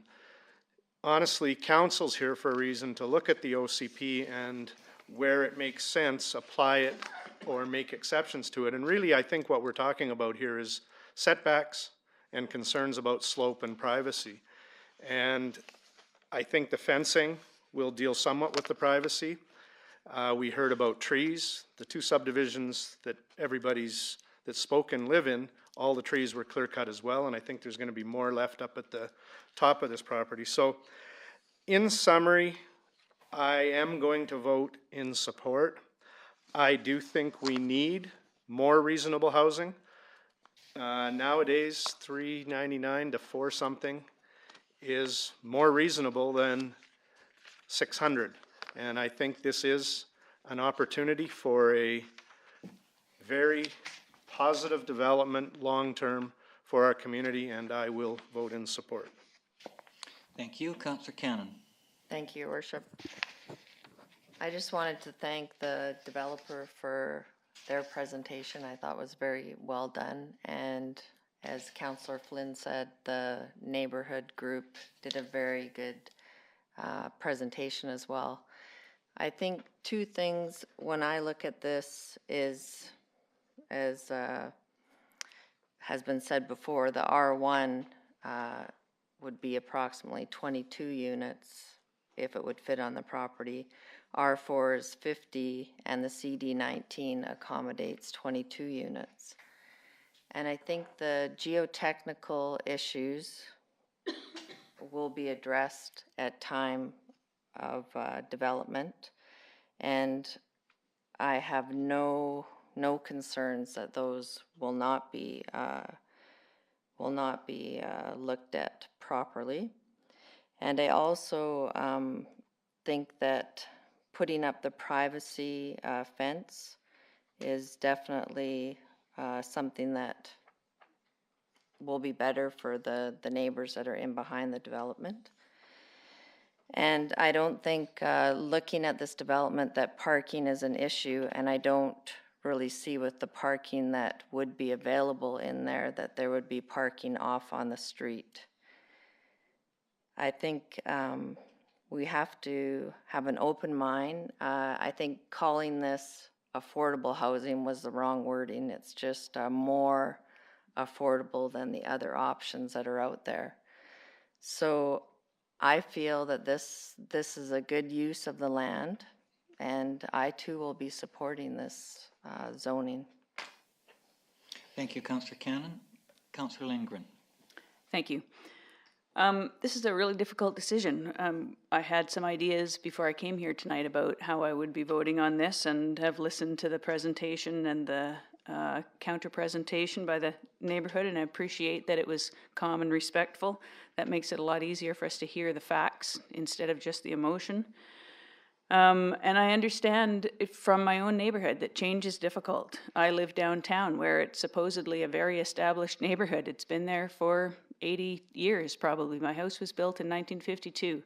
And since we've been there in the last 10 years, I've seen the neighborhood change around me, with apartment buildings go up on our street and on the street behind us. And the most recent is a commercial development on the end of my street with residents above it. And stretching out of, you know, you go into the neighborhood, you buy your house, you have a picture in mind of what your neighborhood is going to look like and how it's going to grow or not grow around you. And I want to encourage the developer to stop using the terms more affordable, because it's really just less expensive. It's $400,000 for what essentially is a home with no yard is still a lot of money, and will be a very small group of people that can afford to buy them there. I know even for myself, that's not a house I could afford even at this point in my life. My children certainly will not be able to afford that kind of housing. So I hope that in the future we have some actual more affordable housing instead of just less expensive housing. But I think that the reality is that we have a serious shortage of housing in Salmon Arm, and we do have to change and stretch and,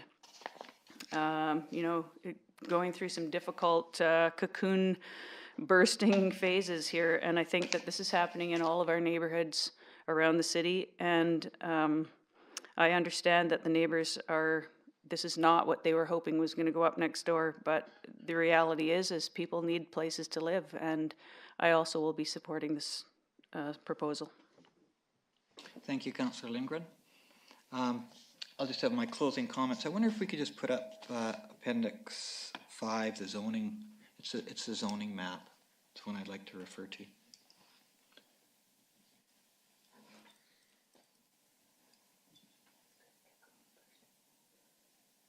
Great, thank you.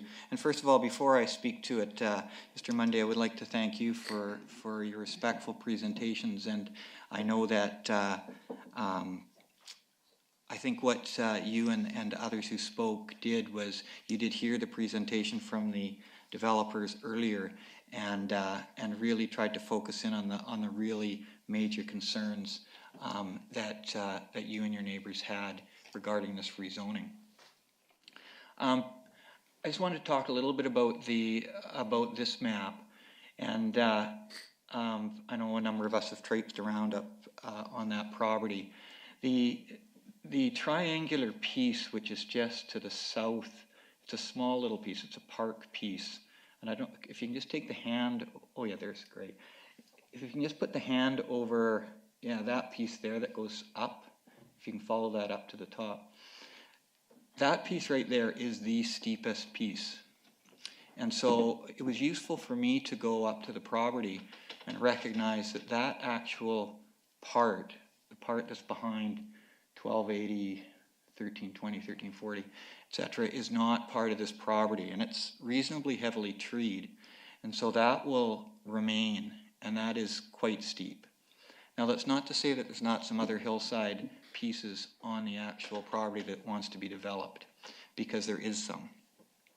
I do have confidence in the geotech and the geotechnical work on that property. I don't think, though, that we shouldn't not acknowledge that the first 11 properties on that right side of 24th Street, from 1020 to 1280, and we had correspondence from almost everyone along that street that back onto this property. It would be incorrect for us to say that this is not a change for you. And the main change, the change that is of most effect, is the setback piece. And we recognize that here. That the setback goes from 6 meters to this zone, CD19, which is 3 meters. So it's basically 10 feet versus 20 feet. So the buildings on this property will be 10 feet closer than they would be if the zoning remained R1. I recognize that change. And it is certainly a trade-off for more housing in this area. I understand that I know the subdivision well. I know the area extremely well. And the remainder of that subdivision, outside of those 11 lots, I don't think the impact's going to be very great at all. I understand the support for neighbors, But I don't think there's going to be an effect felt outside of that, outside of those 11 houses. It's interesting because the large R8 zone in the Brown, when we redid that, there was no one came to the hearing, or very few. And basically we doubled the density in that area. And so that's of some interest to me. And I think the reason was, first of all, it wasn't as built up as it is now, but also the impact was in small increments towards everyone rather than specifically to houses that border right on the property. So I don't want to downplay the concern that those residents on the right side of 24th, as we look at this map, especially the first 11 properties, I understand. Having said that, if the property remained R1, there would still be large houses overlooking the back of those properties that would be 20 feet away. That is the reality of regardless of the zoning. And I've experienced that myself in houses that I've lived in. And until it happens, it's hard to visualize it, but that would certainly be the case. So I wanted to acknowledge both parts. As far as housing in the city, this is exactly the kind of housing that we are shooting for right now in Salmon Arm. Because while what's been discussed at this table is correct, many single-family houses, basically, the ones that we live in and that you live in, are starting at about $600,000. And that's based on price of land and the price to develop it. That's what causes the cost. To sell new properties for $400,000, $420,000 that are brand new, not in a condominium or apartment style, is absolutely as cheaply as developers will be able to do it. And it hits the market. These are going to sell. And the people that are going to buy them, I believe, are the young people that want to move to Salmon Arm. They're going to work in our manufacturing industry. And the barrier right now is housing. They cannot come here because there's not housing they can afford and they want to buy it. So it's a trade-off for us at this table. I will also support the rezoning, understanding the concern of the neighbors and acknowledging it. I will give any other councillors an opportunity if they wish to have any other comments. Seeing none. All in favor? Any opposed? It passes unanimously. We will move on to bylaw number 22-2, City of Salmon Arm Zoning Amendment bylaw number 4307, Simpson. And we'll just take just a pause and let people exit.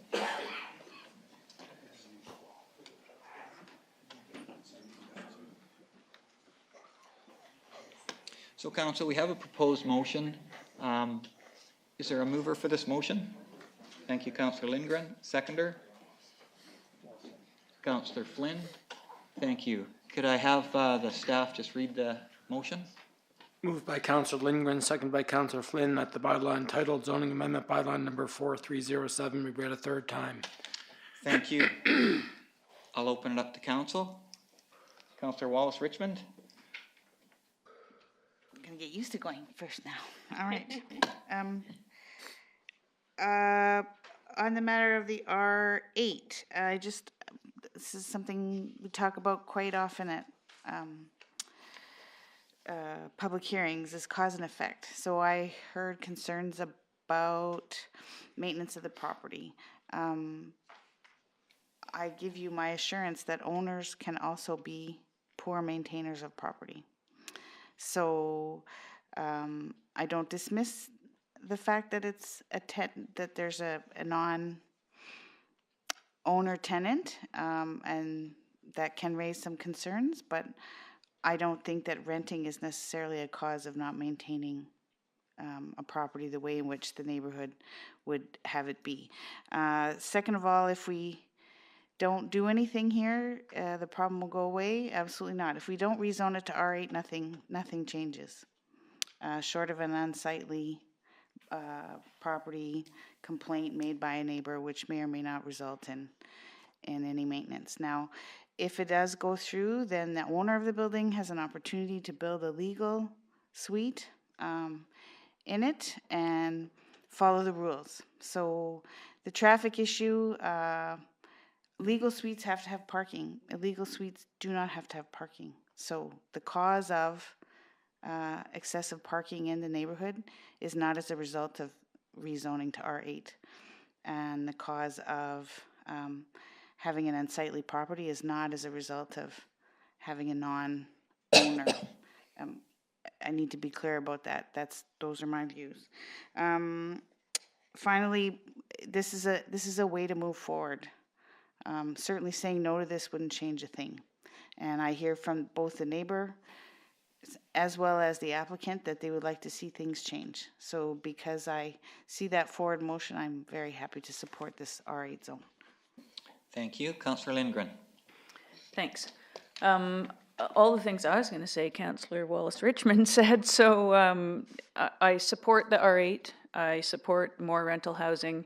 I think that this is an excellent spot for it. I think that the parking is adequate, more than adequate actually, better than most people have when they're coming with this sort of proposal. And again, the problems that you're having in your rental home are problems that need to be sorted out between the landlord and the neighbors and the tenant. They aren't problems that can be solved by a zoning application. So I'm happy to support this. Councillor Lavery. Yes, thanks, Mayor Harrison. And I'll start off by agreeing that window coverings have nothing to do with zoning at all. I do think, though, it speaks to the need of responsible owners and neighbors to stay on top of that, and I take that as a pledge to follow through with that. And I'm speaking actually for 2.5 years. We lived in the Lower Mainland and rented up here, and it is a concern, and distance is difficult, but it's imperative to get done. As others have said, we have actually not turned down an R8 zoning since I've been here at this table. R8 can either be a secondary suite or it can be a carriage house if there's enough room for that. An R8 permits or requires, to start off with, as others have mentioned, on-site parking, and it has to be adequate, and that's the case here. It provides legalized housing built to code, and that's important as well, and that's part of my consideration here. It's a mortgage helper. All neighborhoods in the city have that, and it's a bit could I see page 275, which is actually not this neighborhood, but it's the nearest example that I have. Do we have that available?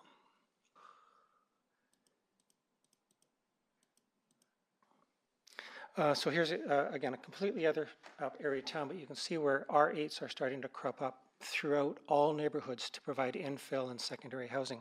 If we go to page 255, which is part of this application,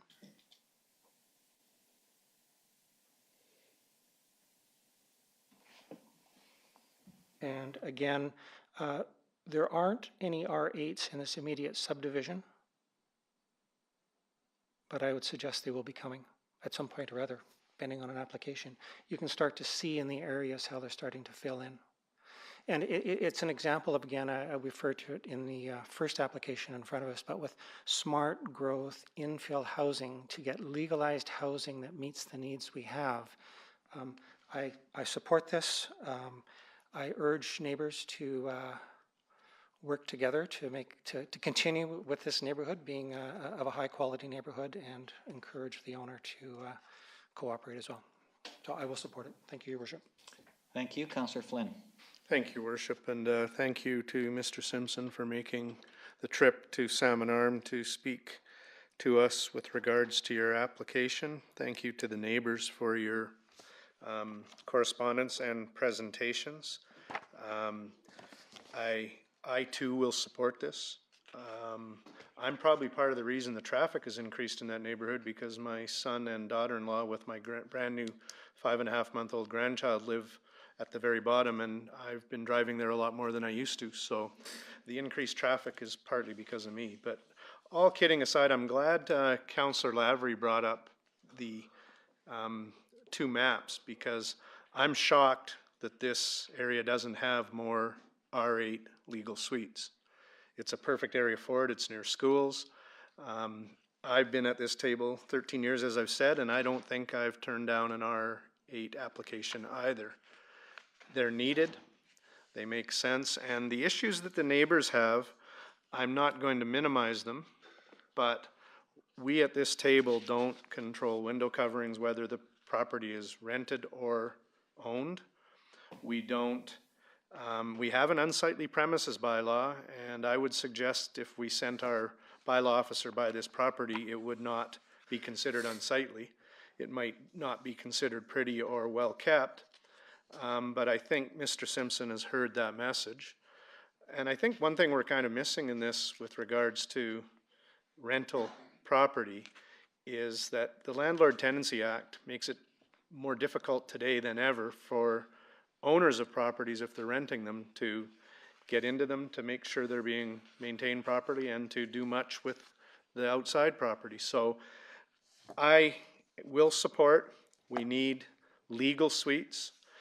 It sounds like there's 5 illegal suites in this neighborhood, and one of the letters referenced that staff can't do anything about that, and the city can't, and that is actually pretty much the truth.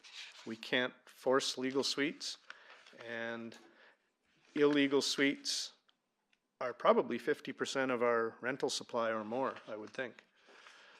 And so I encourage anybody who has an illegal suite, and if you know who does in that neighborhood, encourage them to make it legal, because then it has to meet building code and parking requirements.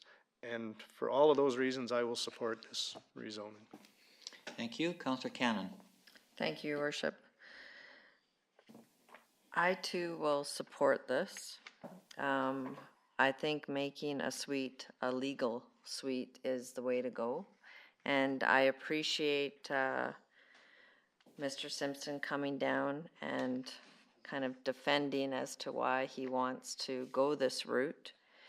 And I think that, like Councillor Flynn said, in our letters it alluded to, I think there was 4 or 5 illegal suites in that area, because when you look at the zoning map, it shows us the ones that are legal, kind of in the outskirt areas. So I think making it a legal suite is the right way to go for this. And I think Mr. Simpson has heard the concerns of the neighbors. So hopefully, you'll be able to make improvements with this as you move ahead with the building and conforming to making it a legal R8 development. So I too will be supporting it for those reasons. Thank you, Councillor Cannon. And just before I talk about this one, I just have a question to staff. Are there cities that have requirements that the owner live in the property where there's an R8 zoning? Your Worship, I'm not sure. I imagine there might be, out of the 190 local governments in BC, there might be a few that have that, but I don't even know if that's legal under human rights. Okay, so it's not a common practice. The reason I ask the question is, to me, this is not really about zoning, it's about an absentee owner. And neighbors are anticipating with a double rental that there's going to be difficulties because they've witnessed, I guess from their view, less than perfect situation presently. So, Mr. Simpson, I'm really glad that you came from the coast today and that you were here. For that reason, I'm going to support the motion. Otherwise, I likely would not. Because I think you've heard from your neighbors, and I think it is incumbent upon you to perhaps, as Councillor Cannon suggested, have a property, someone to look after the property a little bit to a bit greater degree. because I know it's not in your best interest or the renter's best interest or the neighbor's best interest to have, problems in the subdivision. So appreciate that you're here. We certainly do, as councillors have spoken, need rentals in our city. But we also need them to allow the rest of the neighbors to live a lifestyle that they're comfortable with as well. So I know that you've heard that today. So I will also support this R8 zoning, and I will ask the question. All those in favor? Any opposed? That is carried. Move ahead to item 22.3, City of Salmon Arm Zoning Amendment Bylaw number 4308, 1461 7th Street Southeast. And we have a proposed motion. Is there a councillor who would like to move that one? Councillor Flynn. Second, Councillor Wallace-Richmond. Thank you. Could we have the motion read, please? Moved by Councillor Flynn, second by Councillor Wallace-Richmond, that the bylaw entitled Zoning Amendment Bylaw number 4308 be read a third and final time. Thank you. I'll open that up to discussion or comments from council. Seeing none, all those in favor? Carried unanimously. We will now move to section 23, which is our variance hearings. And I'll start just by reading the hearing procedure for development variance permits and development permit and special needs housing agreements. So I would like to open up this hearings for VP 495 and VP 488. Following the reading of the motion, I will request the Director of Services to explain the development. I will then ask 3 times for submissions from the gallery, giving the opportunity for the applicant and public to speak. Council will also have the opportunity to ask questions. Once this is complete, I will close the hearing and council will vote on the motion. There's a motion on the screen. Is there a councillor who would like to move that motion? Councillor Lindgren, seconder. Councillor Cannon, thank you. Could I ask the Chief Administrative Officer to read the motion?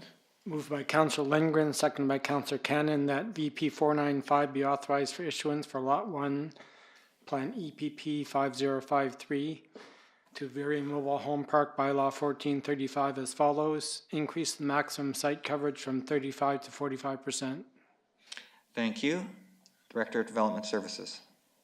Your Worship, this is a proposed variance to the Mobile Home Park Bylaw by the Mutos, and Council has reviewed a number of these parcel coverage variance requests over the past year, and hopefully this will be the last application because it includes a number of properties, 6 properties, and if council grants approval to this to increase the parcel coverage by 10% to 45%, it would match up with the R1 zone, and there would be no need for further parcel coverage applications. As mentioned in the past, this resembles an R1 subdivision in many ways. Double wide modular homes, bare land strata, lots at least the same size or greater in size than R1, greater than 450 meters square. And the applicant is here still. Welcome, and thank you for being so patient. Please come forward. Thank you, Your Worships. Rosemary Muto on behalf of Joseph Muto and Antonietta Muto, who couldn't be here tonight. We received notice this morning that a letter had been filed and were given the opportunity to read it.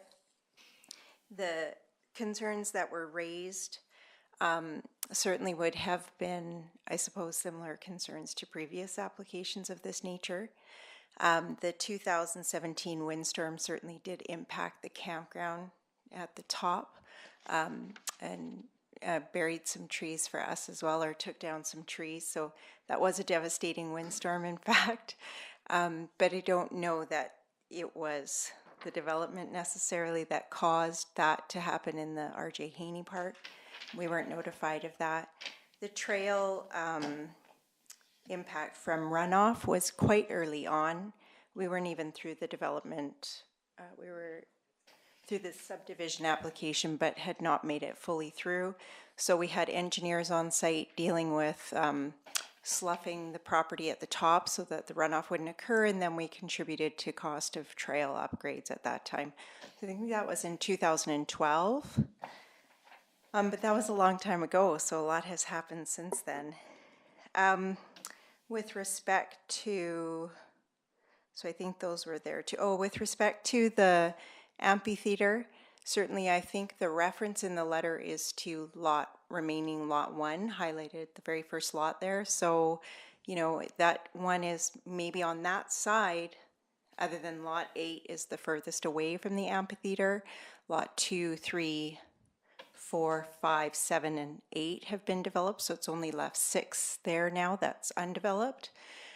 So all of those lots would share that consideration. What our application is just for some of the houses to be bigger than what is allowable.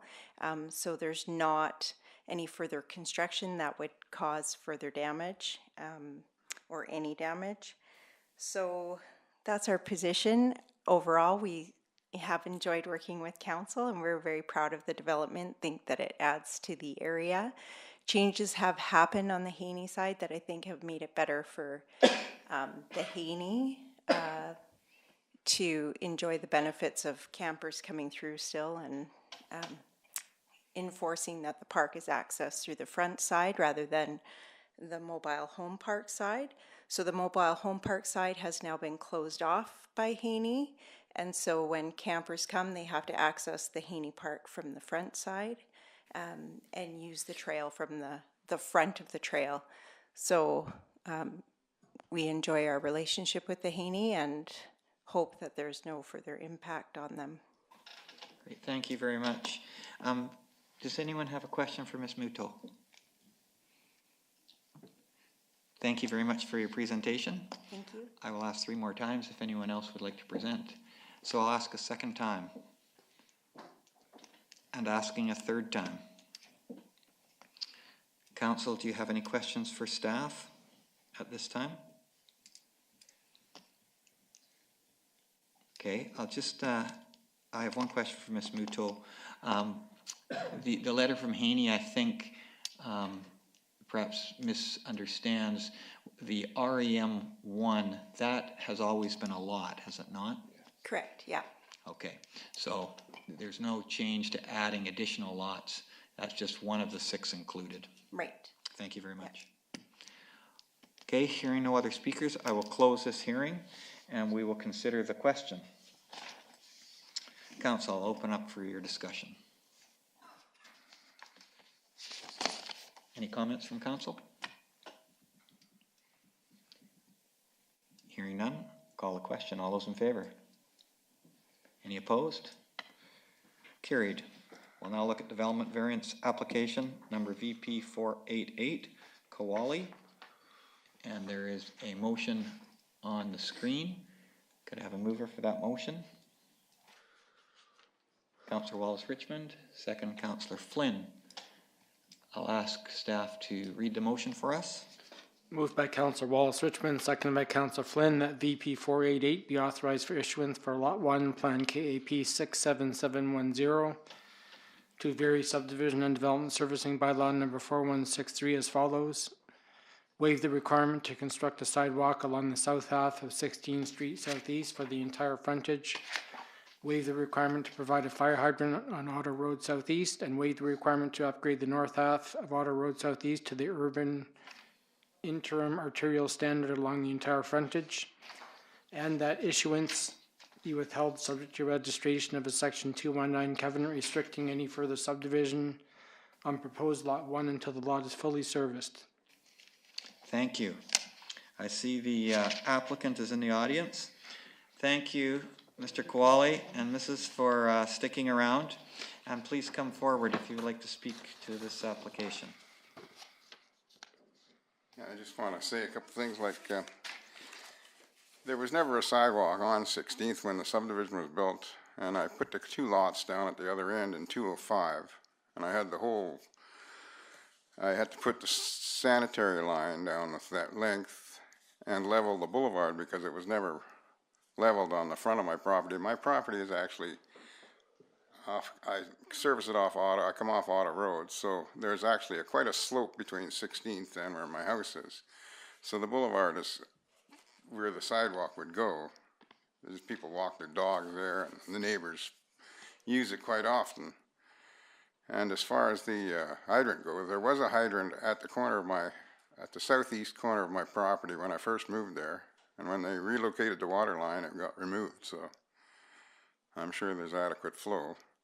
And the lot that I'm developing is on 16th, as nowhere near Ottawa Road. And also, yeah, so there would be no development on Ottawa Road. So, you know, if I was developing on Ottawa Road, I can see that I would have to put those services in there, but there's nothing going in on Ottawa. Fair enough. Is there any questions for Mr. Koali? No questions right now. I will ask for a second time if there's anyone that would like to speak towards this variance request. I'll ask a third time. Seeing none, does council have any questions for staff or for Mr. Koali before I close the variance hearing? Okay, I will close the hearing for variance permit application VP 488, and I will open up for discussion by council. Councillors, Councillor Flynn. Thank you, Worship. I will vote in favor. I think you got staff on a good day, because very rarely do they support variances that could potentially cost us money in the future. But after thinking about it, going down the street and looking at it again, it could be 50 years before we ever need a sidewalk there. So I think the covenant on the remainder protects us if somebody does buy that from you and develop it, and I will vote in support of the staff recommendation. Thank you, Councillor Flynn. Any other speakers? Seeing none, I will call a question. All those in favor? Any opposed? It passes unanimously. Our last item, item 24, question and answer period. Does anyone have a question that they would like to ask us this evening? All right, seeing none, we have a motion to adjourn. Moved by Councillor Flynn, seconded by Councillor Lavery, that the regular council meeting of February 25th, 2019 be adjourned. All those in favor? Thank you, staff. Thank you, Koalis. Council, that was tough work, and congratulations. I thought Al's question would be what?